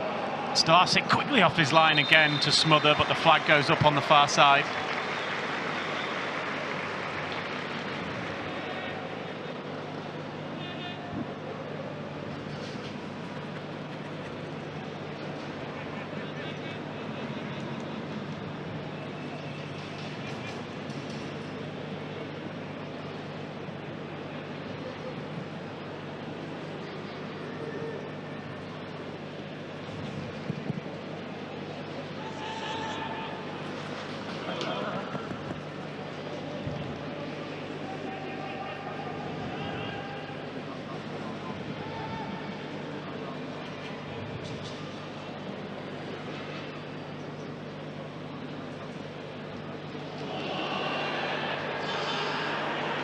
Well, Jeremy Monga and the Leicester players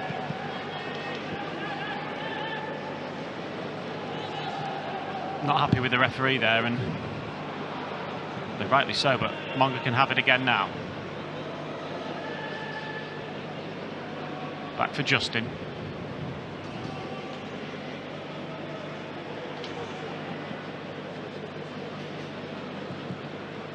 Ayew, nice flick for Page, who does really well with Ayew there. He just couldn't get it. He was very bright in the opening 20 minutes or so, Louis Page. Just ever so slightly drifted out of the game. He'll be hoping to see more of it in this second half.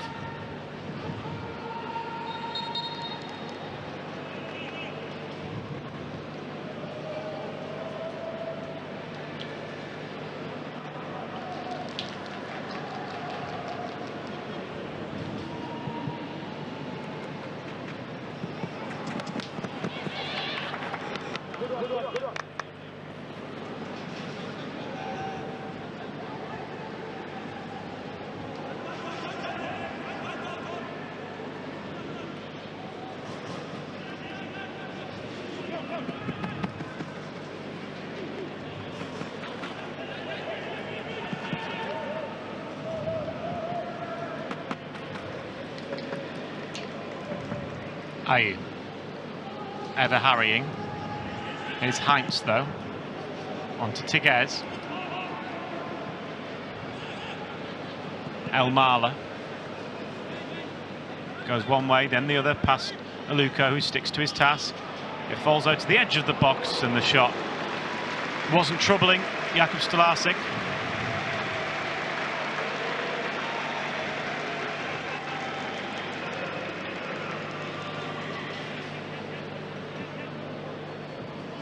Gazibovic there with the effort, always going over.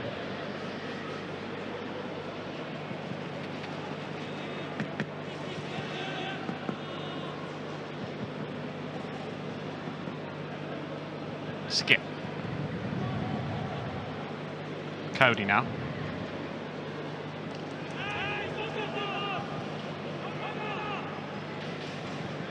Ooh, Vestergaard just caught there.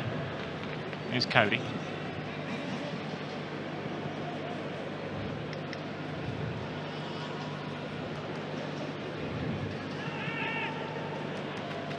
Luco, Page, nice turn. Justin's there for support, that's who he uses. Monga. Gazibovic stands him up. And Monga's ball, there's a little bit too much on it. And it comes all the way out here for a throw-in.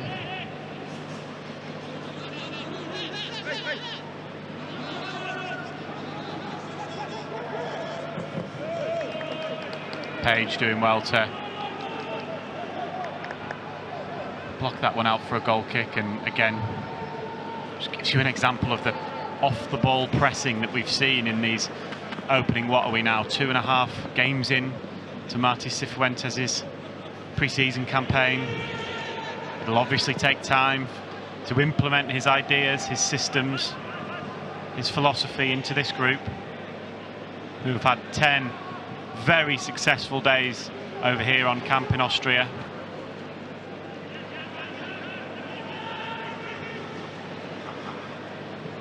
To work with the new man.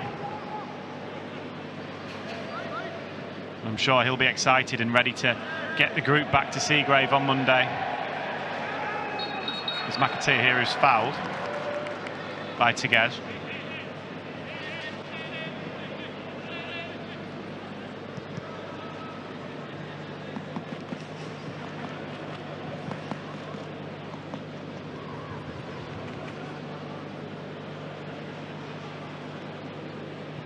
Who's got not a bad record in the Bundesliga, but during the season last season didn't score in 18 appearances. And meanwhile, there's a good attempt there from Elmala. Skip was equal to the task, really. He did get the shot away, Elmala, didn't he? But he was driven away from goal by the Leicester number 22, who's on the ball now. He did enough, didn't he, Skip, in the end there, as Aluko plays back for Cody.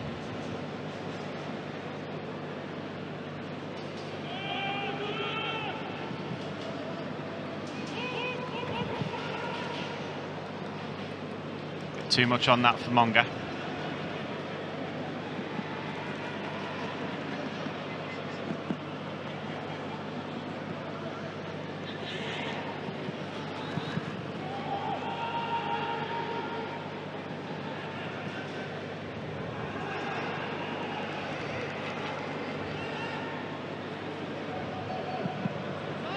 Elmala takes that nicely on his left foot. McAteer gets back well and concedes the free kick.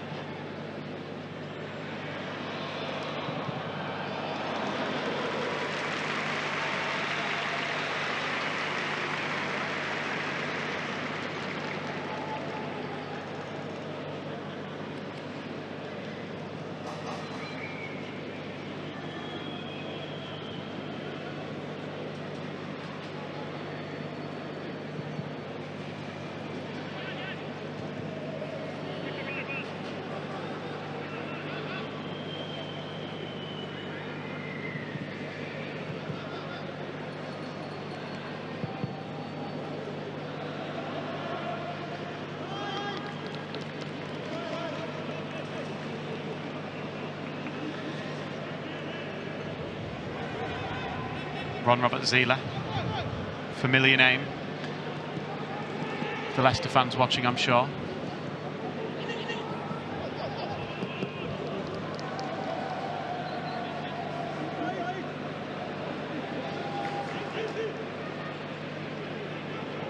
Hussein back. And now for Kainz. To Heinz. Gets it back again. Here's Kraus.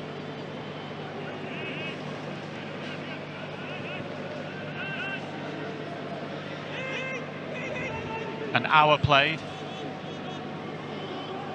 here in Graz.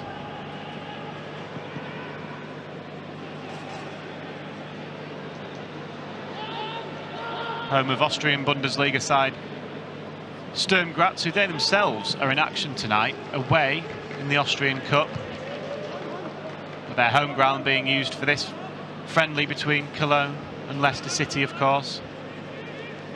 Movement on the Leicester bench, more on that in a moment, but here's Heinz. Cody calmly back for Stolarczyk. High into the evening sky here in Austria, as Skip does really well. And again, good battling display from the former Tottenham man as Cody picks up from McAteer. Winks.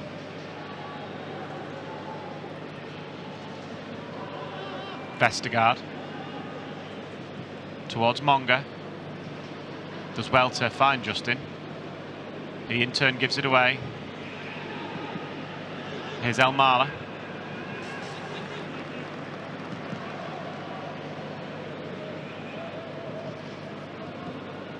Kainz. That's the armband for this second half.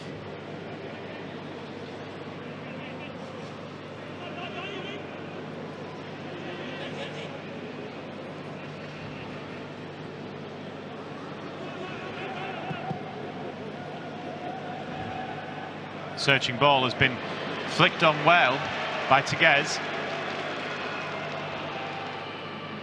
who will try again. Kainz. Luko battling in. Comes to Hussein back.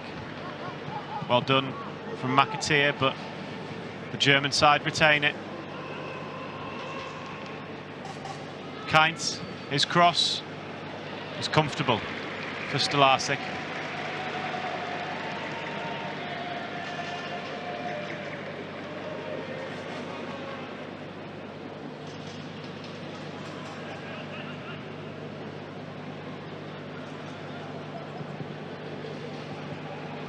Aluka to Page.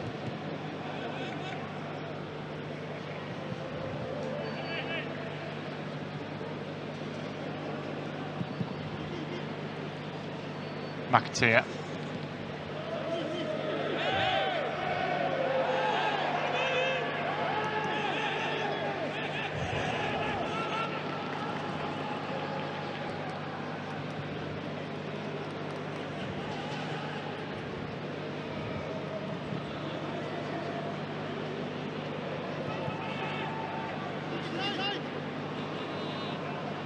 Too far in front of Page. I said there was movement on the Leicester bench. The two substitutes have been waiting a while now. As Ron Robert-Zieler passes that one out of play and should end the patient wait for the two lads below us here.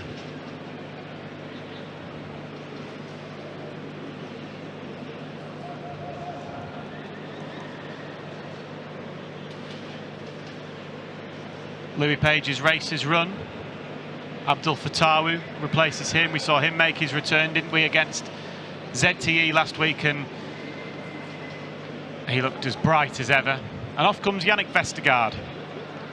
And now for the second time today, Ben Nelson comes on. A couple of boos there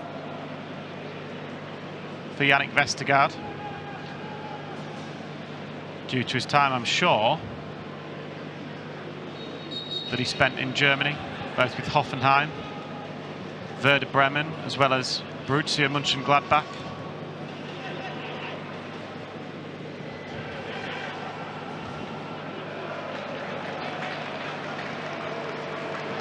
Here's Almala.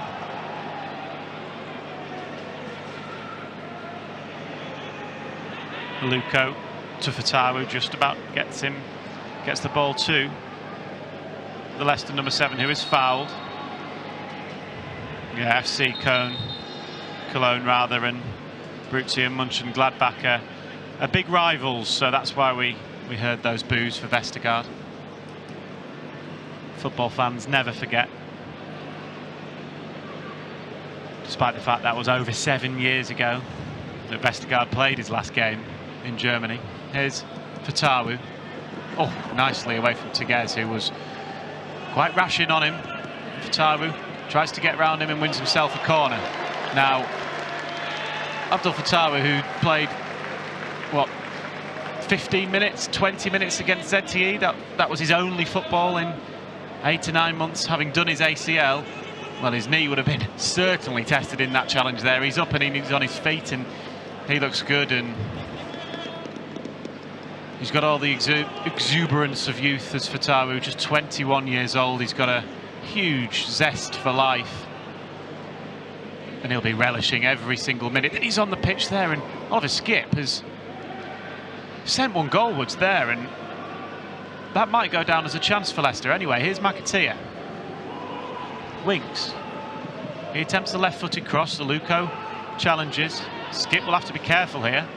Does well, though.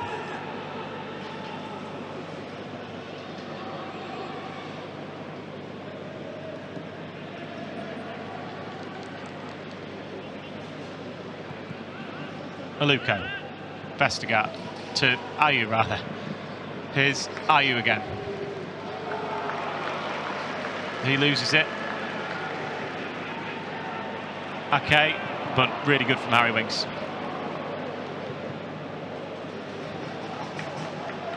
Natche just ripping his hamstring a little bit there. As I said earlier, still a couple of weeks away, the start of the domestic campaign in Germany for FC Köln.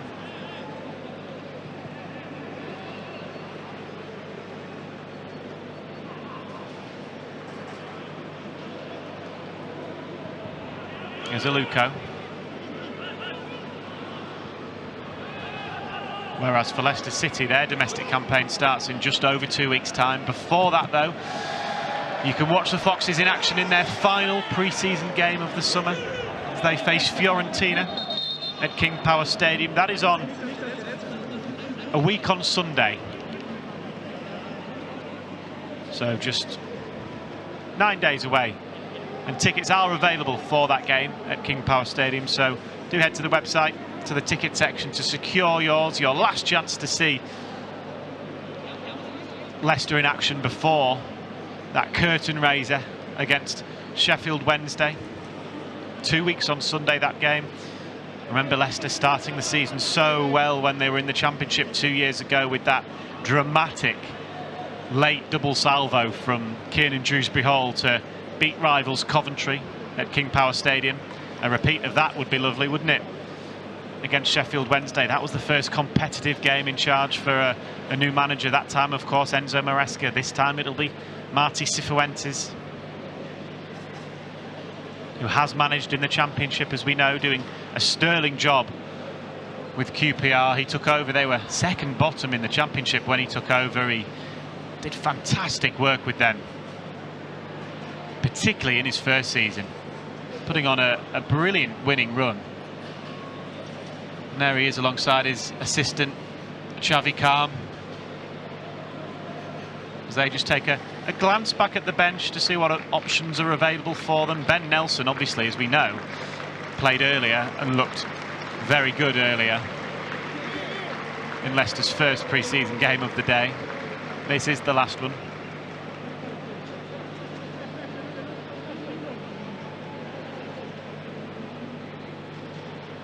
I'm sure it's not been a bad Friday for you Leicester fans at home, whether you're working from home or following in your offices this Friday afternoon, watching two back-to-back 90 minutes. And the first one ended in a victory. This one, at the moment, going the other way. 20 minutes to go. Koln lead by 2-1. Crowd just getting a little bit agitated that the assistant wasn't letting their player back on, but here's Monga. Monga to Justin, nice looking ball. Justin is just out-muscled there. Smiling about it there, James Justin. Good play from Gazi Begovic.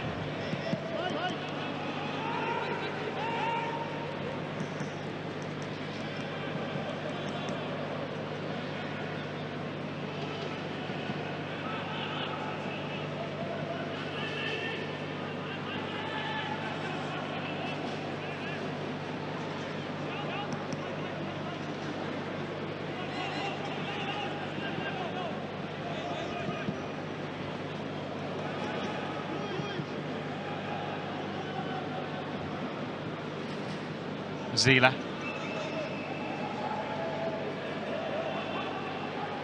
Silko Thomas doing some stretches below us. We're about to see him again for the second time in action today. He probably had, what, 15, 20 minutes earlier. It'll be the same again this evening.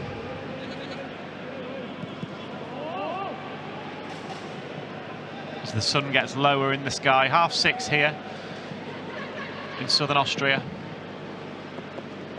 as the sun sets on Leicester's pre-season camp.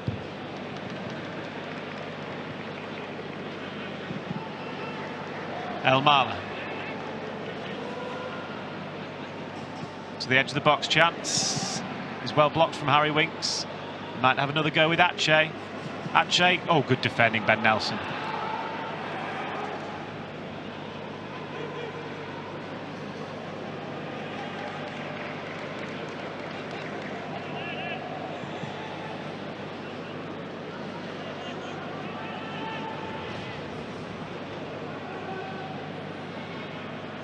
Kraus.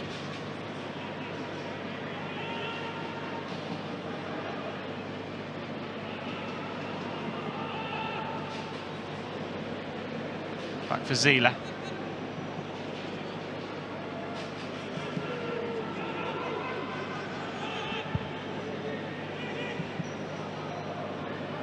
Here is Kynes, who actually spent some time here at Sturm Graz.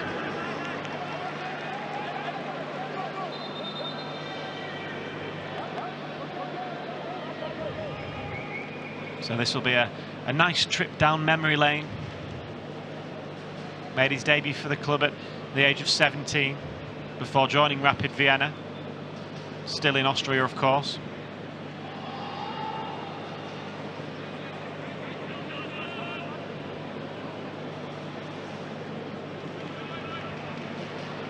Austrian international, so he'll be happy to be back here in Graz, albeit with his Cologne side.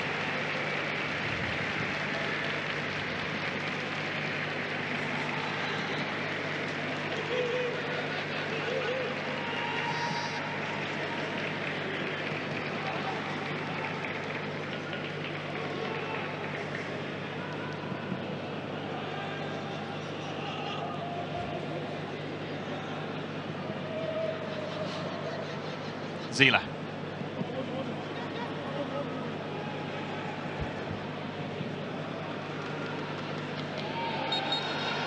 Kazabegovic fouled by Nelson. Here's Tegez. Underlapping run comes from Elmala. He finds it. Elmala shot. Flashes wide.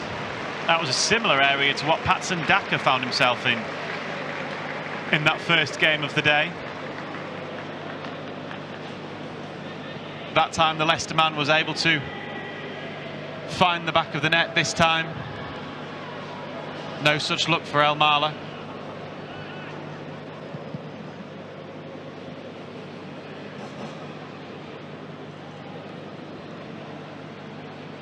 Jeremy Monga replaced.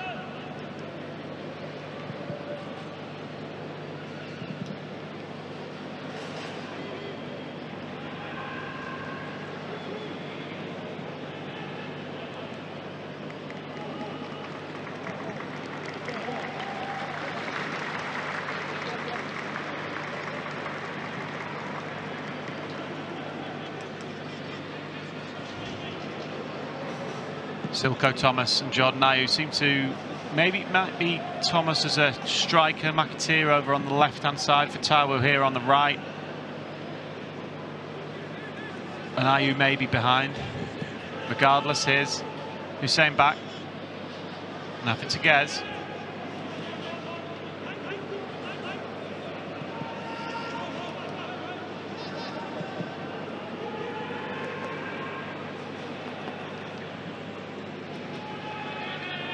Kainz.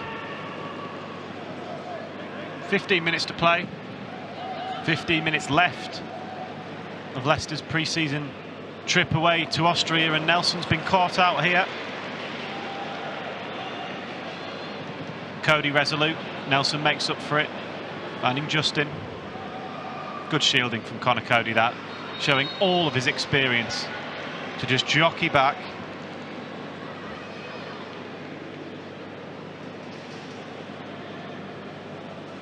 With some tired legs out there now in Leicester blue for a number of these, the first 90 minutes of the pre-season campaign. Aluko. Ayew. For Taiwo. Back again for Ayew. The Ghanaians linking up on the right. Ayew's ball in, looks for McAteer. Bit of an air shot. Could have gone anywhere after that. As Ayew wins it back. Good from Leicester's number 18. 2 goals for him in pre-season so far. What can he do here? He chips a great ball in for Silko Thomas, who's going to be kicking himself. You suggest there. That was a terrific ball in from Jordan Ayew. The header off target from Silko Thomas. Oh, on the 6-yard line, he'll be really disappointed with himself. The man who was on loan at Wigan last season will be wishing he could have that moment again. Terrific play, though, from the right-hand side by Jordan Ayew, this time turning provider. A couple of assists for Thomas during his spell with Wigan last season.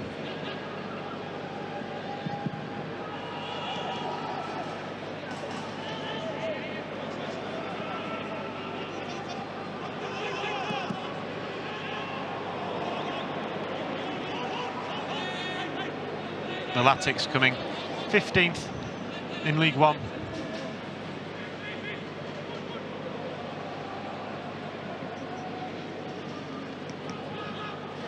Scored a fantastic goal, didn't he, against Peterborough in pre-season. That first game of the summer. Will be disappointed he didn't make it 2 for this pre-season. Fatawu tries to go past his man. He's defended well. He'll have it back though off Ayew. He looks bright, does Fatawu. Ayew again with some good strength and really good battling. Fatawu will take it on. You can see what he tried to do. He tried to flick it round the defender, go the other way.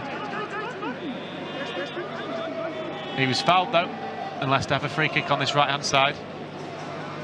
Been in the walls somewhat for Fatawu in this second half since coming on.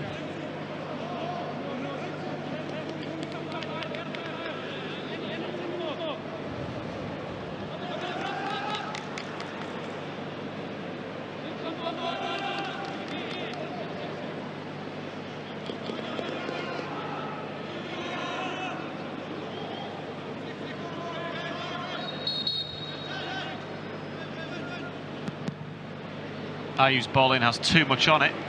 Can Aluko keep it in? He can't.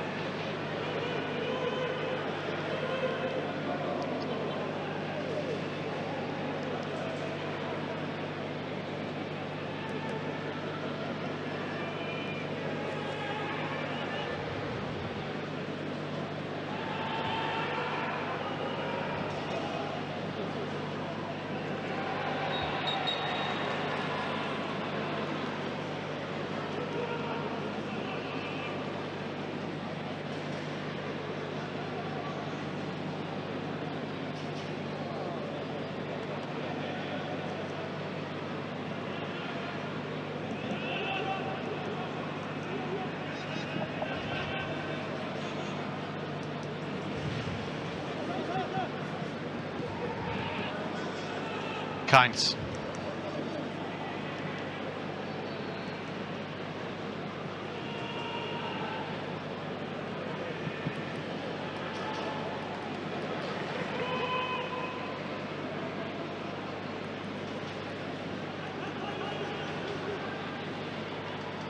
Kazabegovic goes wide. The ball comes in towards the back post. Tigez nods it down straight to Fatawu, who hooks it away. Thomas gives chase. Ron Robert Zieler there shows nice feet. He finds Heinz. El Mala. Kynes back in the city he was born, to Ache. Good experience there from the really young man Luko, showing that experience beyond his years. Clever, intelligent play. Knew he didn't have too much on, but got his side the goal kick.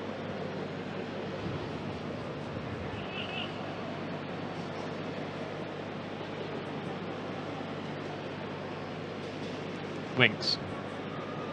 McAteer.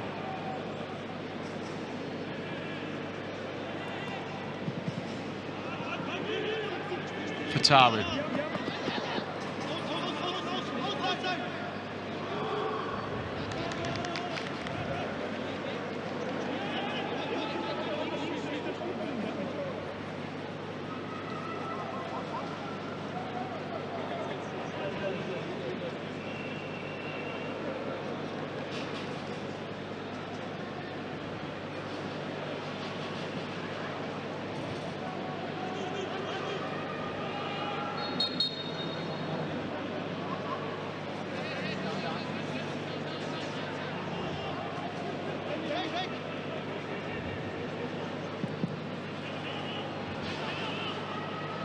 Challenge from Aluko. He's up against a tall winger in Tigez. The ball goes out to this right-hand side. Rondic cuts inside, goes one way, then the other, then back again. He's crowded out eventually. Kynes, lovely ball. And he'll be disappointed in himself there. It was slipped into him nicely. Nice turn from Rondic, and then the shot was wayward.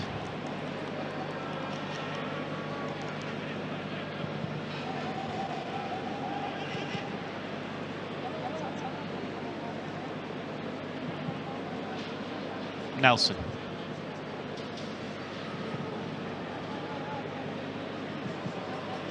Aluko. Ayew.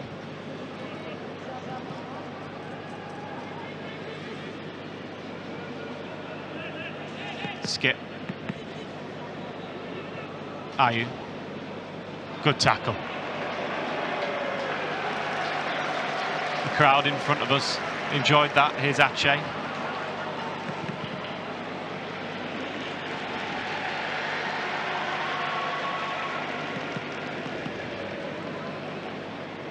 Hussein back. Almala.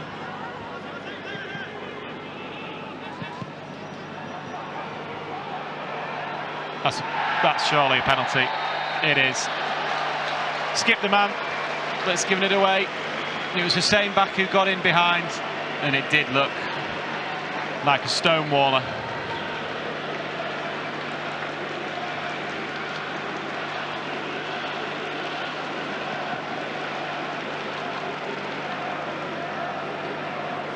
Let's have a look here. Got in behind Hussein back, didn't he? Skip's challenged, didn't get a foot on it. I don't think he can have any complaints. I think he knew, didn't he? Hands were in the air. He would have been lucky to get away with that.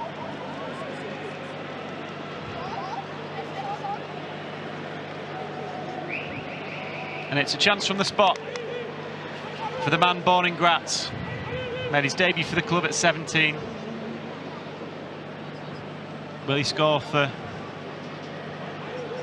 Cologne on his comeback? Meanwhile, we're going to see a couple of changes for Leicester. Ayew and McAteer jog off. That was one of the goal scorers off now for the Foxes. Casey McAteer with a brilliant strike at the end of the first half. On come Joseph and Marcel, who were both in action in that earlier game as well. They'll get about 5 minutes now towards the end of this second half.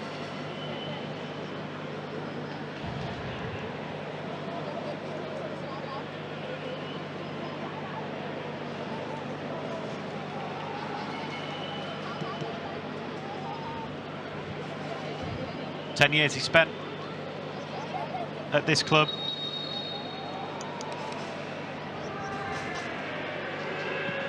Sees his penalty saved, but on the rebound, taps it home. Jakub Stolarczyk throws his fist in rage there because he's originally made a fantastic save, hasn't he? But the rebound, how often do you see that? The rebound just falling to the penalty taker, who was able to sweep it home at the second attempt.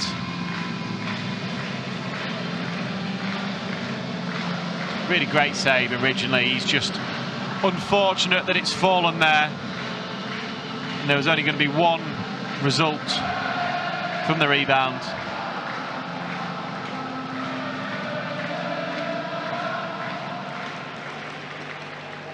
And FC Köln lead by 3-1.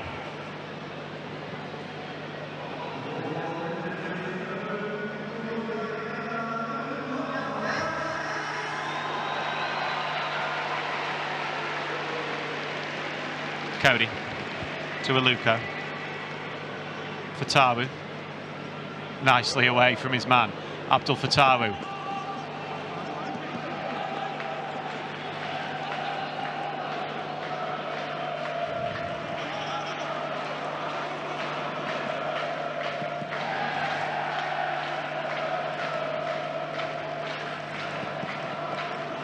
The Cologne fans finding their voice here at the end of this pre-season friendly.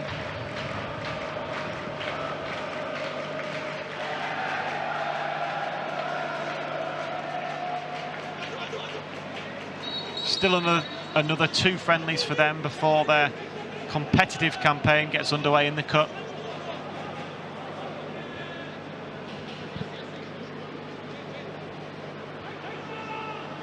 But their supporters will be hopeful, and on today's showing, that they'll have what it takes to stay in the Bundesliga after their promotion last season.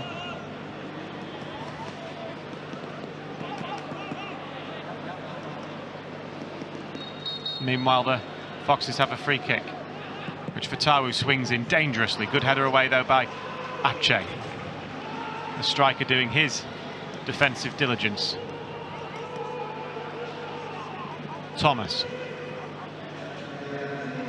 Joseph. Had to be sharp, and he was. Fatawu's touch was into the defender.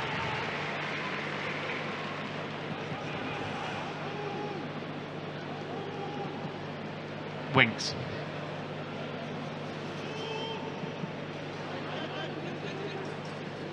Cody, nice ball to Aluko. You could see what he was trying to do in finding Thomas there. And Nelson.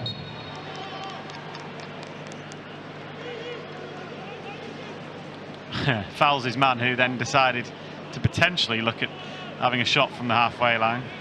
Decided against it.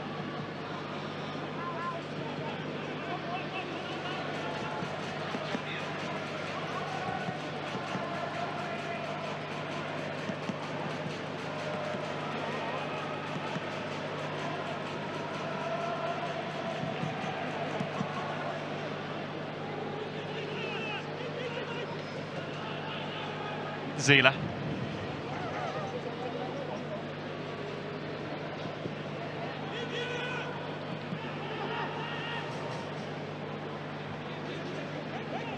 Ache.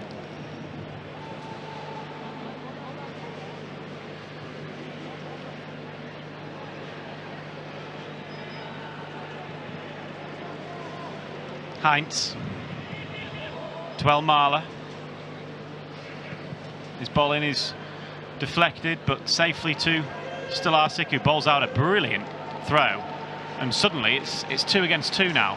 Marçal, the red and white striped Cologne shirt, streak back though. Marçal. Checks, waits, finds Winks. Left-footed ball in, just over the top of Thomas. Fatawu will pick it up.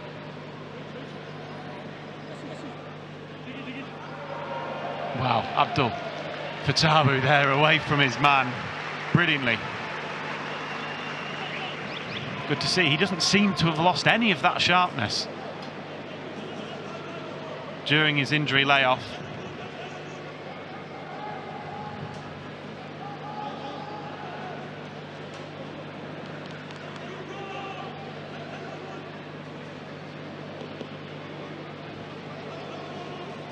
Could this be the final action?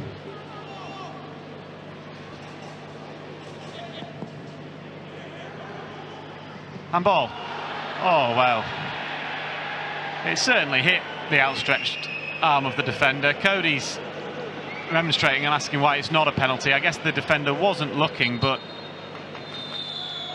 yeah, it may have been harsh. Anyway, full-time whistle's gone.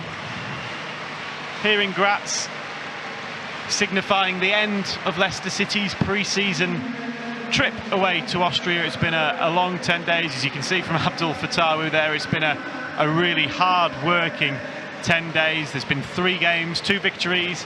It has ended in defeat here. The first time Marti Cifuentes has tasted defeat. The first time the squad in this summer have tasted defeat during pre-season. We'll hopefully catch up with the manager shortly, but from us here in Austria, it's back to you guys in the studio. FC Köln 3, Leicester City 1.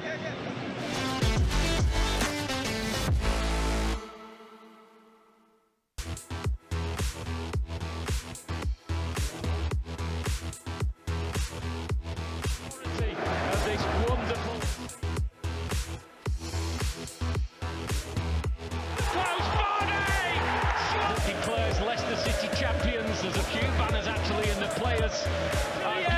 To signal that Leicester are straight back up to the Premier League.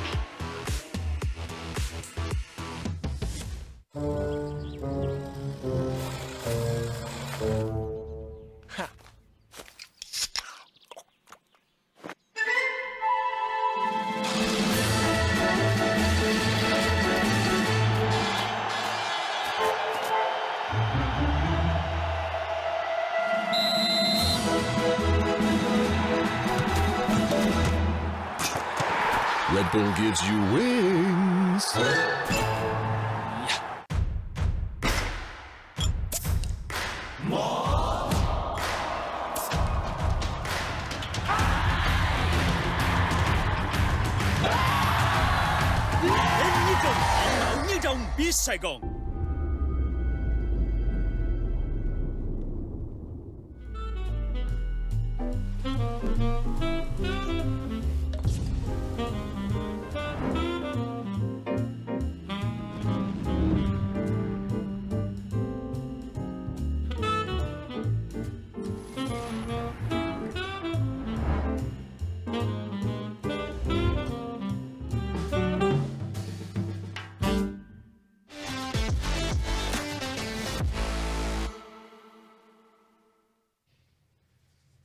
There we go. Welcome back. A 3-1 defeat for Leicester City against FC Köln this afternoon in the second of their 2 pre-season friendlies today. A bit of a double whammy and a disappointing end from result point of view, of course. We've said time and time again, this isn't necessarily about the result that matters the most, but performance-wise, what was your reaction to that, Matt Elliott? Yeah, I don't think manager or the players will be overly pleased with themselves in either respect, really.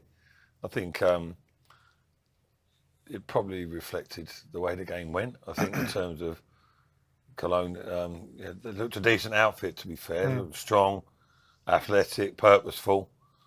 And Leicester struggled to match that, really, I think, in terms of the tempo of the game. Cologne deserved winners, really, I'd have to say. And listen, it's pre-season.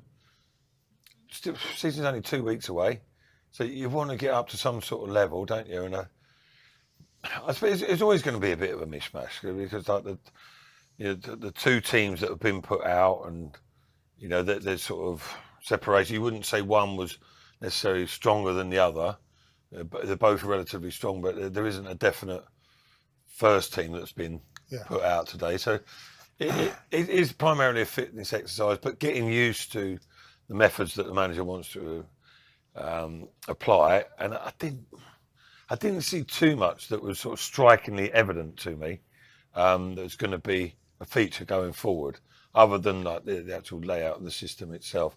But first half, didn't get into any sort of real groove. I thought too slow generally, and the second half it didn't improve that much more. In all honesty, it was a bit of a pre-season performance is probably the best thing I can say about it. Yeah, pace was lacking. I think it was slightly better in the second half, I've got to say. I think the biggest issue for me is the structure of the team, a set way of playing. I just sort of, I don't know if it was just me watching it on a TV screen, the actual structure of the team and how they go about their business with and without the ball. Yes, in the first game we've seen the high press all over the pitch. We've seen a little bit of the link-up play that in the middle of the final third in the first game. Didn't really see it in that game. Whether that's because of the personnel, and as Matt said, both teams being sort of a couple of players picked out of this team being put in this morning's team and vice versa. So they just didn't really get into the rhythm. So I think that'll be an issue for the manager moving forward, and he'll need to sort that out, because like I said, it's only a couple of weeks away at the beginning of the season. Yeah, it's relatively early days, obviously, for the manager, but he's got quite a lot of, he's got a big job on in a short space of time, hasn't he? He has to try and get some sort of identity or way of play, whichever way you want to call it. Which the players feel comfortable with. And that was probably... To do it by the start of the season. It'll still be a work in progress come the start of the season, to a degree. They all understand. They all need to understand this is how we're playing. This is what we do in these scenarios. And everyone's comfortable in and around that. That was probably the biggest issue. In both games, in fairness. But at least in the first game, we've seen some kind of directive as far as if the centre forward comes short, then you go in tight with him as a centre half. You don't sit off and you don't. We didn't see that at all in the second game. There was none of that in the second game. And okay, you can forgive Cody and Vestergaard to some degree, but You can't have two centre-halves doing one thing and the other two centre-halves in the other game doing something completely different. That's where confusion and blame, finger pointing comes in. And that's what you can't have. It'd be interesting to see how things develop going forward, because the manager might consciously just be dropping little tiny things in, or he might even be giving them a relatively free rein for now, and then, slowly implementing or applying what he wants, rather than, right across the board, right, bang, this is what I want you to do, something slightly alien to them, which can cause more confusion. But like up against Fiorentina, that'll be interesting. But then again, is that going to be the type of game? Fiorentina, usually a decent outfit, they're going to come here and you would imagine test Leicester to the max. Whereas hopefully this season in the Championship, teams will, as they did 2 years ago, and hopefully that becomes the same this season, the teams sit back and Leicester have the majority possession. So are they going to be able to try and test it before the games actually begin? And of course, we saw today a big group of players in action. Yeah. One squad this morning, one squad this afternoon. So let's be honest, moving forward. They've got minutes, didn't they? Martin Cifuentes, good minutes. Yeah, but Martin Cifuentes isn't going to be working with all of those players in terms of for a game day scenario. So when you're talking about messaging, it's going to be easier to get things through. Yeah, I think, but he hasn't got the time. The thing is, he's got one game, and you'd like to think that the game that starts the season would probably start next week. That's the way it... There or thereabouts, isn't it? Yeah, that's the way it normally goes. Yes, there'll be changes and, in next week's game against Fiorentina, but you like to think that come that game, so he's basically got a week to try and figure out how he wants to play with the players that he's got, with a lot of players that he's got, and then moving forward into the final week of preparation, he'll be drilling that into them as much as he can before the Sheffield Wednesday game. So he's got a lot of work to do, and as Matt said, in a short space of time to try and work out. I think, when you look at again both games, we've seen the tempo in the first game was good. The tempo in the second game wasn't great to begin with. The first game they were a bit more direct in possession. The second game they're still trying to play through the thirds. And the pressing on the ball was more intense in the first game and less intense in the second game. So that's extremes we're watching. Yes, there was moments when Cody was pinging balls. Was it intentional? I don't know. Was it? It's just a consequence of how things transpired there. I mean, you mentioned about the tempo of the game. Part of the reason for that was Vestergaard and Cody were just popping the ball around pretty unpurposely, shall we say. They'll dispute otherwise, but that slowed the game right down and led Cologne to get back in shape. And I think in general, though, I think, when the ball even was coming out wide to the fullback, the first thought in the fullback's mind was give it back to the centre half. Yeah. It wasn't open up and can I see forward. There was a phase of play in the second half from Koln where the head injury to was it the head injury? No, it was the one before that where they had 3 passes forward and they were in on the box and on goal. You just didn't see that from Leicester. The full-backs, as I said, they were going back first or going in the midfield. Instead, they opened themselves out, passing forward, looking for a pass forward. And these are the kinds of things that the manager has to get sorted out. It'd be interesting to see what the manager wants. Yeah. Sometimes, greater football minds than me and Jerry, we look at that and we think, oh, why are they going back? But there's a greater reason in the bigger picture, so they tell us. But we maybe have a different aspect on it. But Cifuentes might come out afterwards and say that that's what I'm looking for, to get control of the ball, etc. When we think there's an opportunity to go forward, but put the ball at risk minimally. But that's why I'm intrigued to see what his outlook is on things. Yeah, we'll hopefully hear from Martin Cifuentes very shortly. We've sent Dan Bates from the commentary box down to pitch side to try and catch up with some of those involved. It is interesting as well, 2 different opponents today. So again, we're comparing, but you are going to approach different opposition differently as well. Yeah, but I think, in pre-season, I think the onus has to be on you and how you want to play. Yes, obviously you'll do a bit of homework on both teams that you're playing, but pre-season is about establishing what you want to do. Especially when... With and without the ball, but you have to have an identity, as Matt says. Yeah. Go both ways. And that's where it was just seeing, sort of I think you've got to altered images. Try and impose yourself, as Jerry's saying, especially when you're looking at what type of style you're going to play throughout the season and what sort of games opposition you're coming up against. And Leicester will look to have possession for the majority of the time in those games. Well, there was, of course, one goal for Leicester today. It came from McAteer, and we are going to hear from Casey very, very shortly. He's just getting himself settled pitch side with Dan Bates. I think we can head to Austria now to catch up with Casey post-match.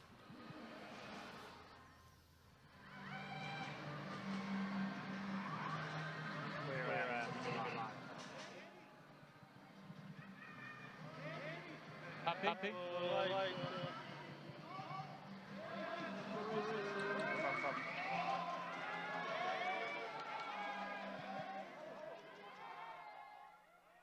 We were going to hear from Katie McAteer. We'll just let them sort themselves out, get themselves ready. Of course, that was one bright spark today. A great finish from McAteer. Yeah, he tucked it away nicely, didn't he? Yeah. It was a short pass from the goalkeeper. Manager might look at that and say, good pressure high up the pitch, boys. Force the error. Not necessarily the case, but are we going back to Casey now yet? I think we can hear from Casey McAteer. Here's Dan Bates in conversation with him. To this Austrian camp with that defeat, but overall it's been a successful few days, well, 10 days, more than a few days. What was that game like out there? Yeah, it was a tough game. I think we were a bit passive in the first half. We didn't really get the game plan right to City. Against a good side as well. In the future, we need to learn a lesson from today. Going into the next game, Fiorentina at King Power Stadium. But yeah, today to forget. But at the same time, it's pre-season. You can't really look at results in the previous games. But obviously, you want to win every game. And to our standards, that wasn't good enough today, and the results showed that. You can visibly see there is disappointment in you. So is that how all the lads are feeling? Obviously, no one likes losing a game, albeit it is pre-season. But was it just more the nature then of the defeat? Yeah, I think it was the nature. I mean, we can accept losing. If you come against the better side on the day, fair enough. And if you rule that's it. But I think we need to look at ourselves. A couple of words from Casey McAteer there. Unfortunately, it was lots of words. A little bit echoey. You heard them several times. And the word that was echoing there was disappointment and frustration. Clearly, he says it is a pre-season match, but we are disappointed with how we played. Well, if we're going to take a positive out of what we heard in that interview, it's a good thing that they're disappointed with that performance. I mean, it seems like Casey's seen it similarly to how we viewed it. They know they can do better. They're not happy with losing a game, which is good. Want that competitive edge. He didn't quite get to say, what the manager was looking for from the team, but you can get the gist. When he's saying, players often echo the manager's words in interviews. That means he's coming at half time, said, lads, we're a little bit passive, and he's relaying that message across from the manager, in effect. And we thought that was quite obvious. At least that's been recognised. We try to improve upon it. The positive side is they're disappointed by it. They're not happy with their performance today. That happens in football. It happens in pre-season. As long as they up the game next time and work on the areas where they've been short today. As I say, we are just over a week since Martí Cifuentes arrived at Leicester City. He's had a very short time to get to know these players. Probably is in the best place. They've been in a place very much together for that week in Austria and played those games at the same time. So what learnings do you think he'll take, probably on a bigger level than just on the football pitch? Well, I think one of the reasons why you go on these trips is to get to know your players individually, collectively as a group. How do they react together for a long period of time, in a hotel and out training together, eating together constantly for however, was it 9-10 days they've been away now? Yeah. And it tells you a lot about individuals when you're on this, and it's obviously team bonding. We're seeing lots of stuff online, games in the pool and what have you, and other games. And this is all about gelling together as a squad. So it's a really important part of understanding the personalities that you have in your team. So it's vitally important to have these trips. And they're not like the good old days where it turned into a bit of a jolly, but because they're all ultra professional. I didn't see any pubs in those hillside views. No, absolutely not. But in the preview. So yeah, it's vitally important, and he'll learn a lot, as I said, about the individuals and how they, what makes them tick as individuals to get them to try and buy into what he's trying to implement as a team, as a squad, as a football club. And do you know why I think that's particularly relevant this year for this manager as well, is coming into a group that is largely the same group that was together 2 years ago in this division. But for me, I think it's going to be quite a big challenge to get those players motivated, energised enough to repeat the feats of 2 years ago under Enzo Maresca. He implemented his style very quickly and very effectively, but also it was like the mindset. The mindset there was determination to get back where Leicester rightfully thought they should be. But then the second time round, is that desire, that will to win still there? Is the ambition still burning? And he's got to make sure that it's there with the squad, and that's going to be a tough part of his job. Well, I know Marty Cifuentes is pitch side. I think we'll try and see if we can hear from the Leicester City boss and see if we're echoless. If not, you'll join us again shortly. No, we have still got some technical issues in Austria, but do keep across the Leicester City social media channels for all the post-match reaction from the manager and from some of those players involved. Even I'm getting bored of us. How much does it hit home when the squad arrives back in England, go back to Seagrave and realise, wait a minute, season starts in 2 weeks? Yeah, I don't, no significant effect, I wouldn't think. I mean, they're out there in lovely facilities out there in Austria. Have been out for a week, quite a long time when you've got such a beautiful facility like Seagrave to utilise. But yeah, listen, pre-season, and I'm not saying you go through the motions. You're happy when it's done. You know, if you've got anything about you, you're looking forward to the start of the season, and it's not anything to be feared or wary of. It's to be attacked and embraced. And you're like, to be honest, I couldn't wait for pre-season to be over. Yes, I've done the hard work. Good, get it out of the way. Let's do what really matters and what you really enjoy. Who's done themselves a favour today? Looking across those two games, is there anyone you think stands out? Patson Daka scores 2 goals straight away. That's going to be in the manager's mind. Well, obviously. A goal and a half. Yeah. Well, a goal's a goal at the end of the day. Patson Daka's obviously one of them. Looking at the second game, Jeremy Munga. Yeah. I mean, he's a talent, isn't he? He's 16, but he's got to be in the manager's thinking for starting the season the way he's performed, especially today. I'm trying to think. Alves as well has done well. Is Mavadidi injured? We haven't got the actual line. Right, so I'd like to see a little bit of Steffi Mavadidi in there. And obviously Fatawu coming back, okay, it's going to be a steady, gradual thing for him. You do want a repeat of what happened. So, but even though he didn't quite have, it's all about his mindset, his attitude towards the game of football, where he hasn't lost that. When he gets the ball, there's one thing in his mind: I'm getting it to full back. His attitude stands out for me. And in terms of Fiorentina next week, last pre-season friendly before it all kicks off, what would the manager's message be in terms of, impress me? Yeah, I mean, this is the same right across the country, across Europe, etc. With the new season looming, obviously the games get more and more important as you're approaching that time. And Fiorentina, as I say, it's a little bit of a glamour fixture. Fiorentina, Serie A, and everything that comes with that. You're putting on a little Italian swang now. You did, Not intentionally. Sorry, it just came out naturally. Sorry, I apologise. There was Steve McLaren bit there. Not intentionally, I promise you. Sorry, I wouldn't be that brave. I'm getting ready for the weekend. That's what it is. But listen, the lads, they shouldn't need firing up by the manager. They know the script. They know the situation. You're there. You're trying to impress the manager all the time in training, in games, and when the season comes along. If you want to look at it as pressure, there's constant pressure. But you know, pressure to perform, and that's what being a professional footballer is about. Really, you've got to go and produce the goods, and you can't shy away from the fact, you know, that you're there. You want to be there. You want to be the main man. You want to be in the team. Go and prove it. Go and show it. Grazie. It is getting close. The season is coming, and you can watch every step of it here with Fox's Hub. And we're so excited. Sheffield Wednesday will be the first opponents at King Power Stadium. 16 days to go. Sunday the 10th of August is when Sheffield Wednesday will be visiting. And of course, if you are an international viewer, you can take advantage of our early bird offer to get your Game Pass to watch all the games throughout the season. And if you prefer the audio only option to hear the commentary, you can get your Listen Live Pass at lcfc.com.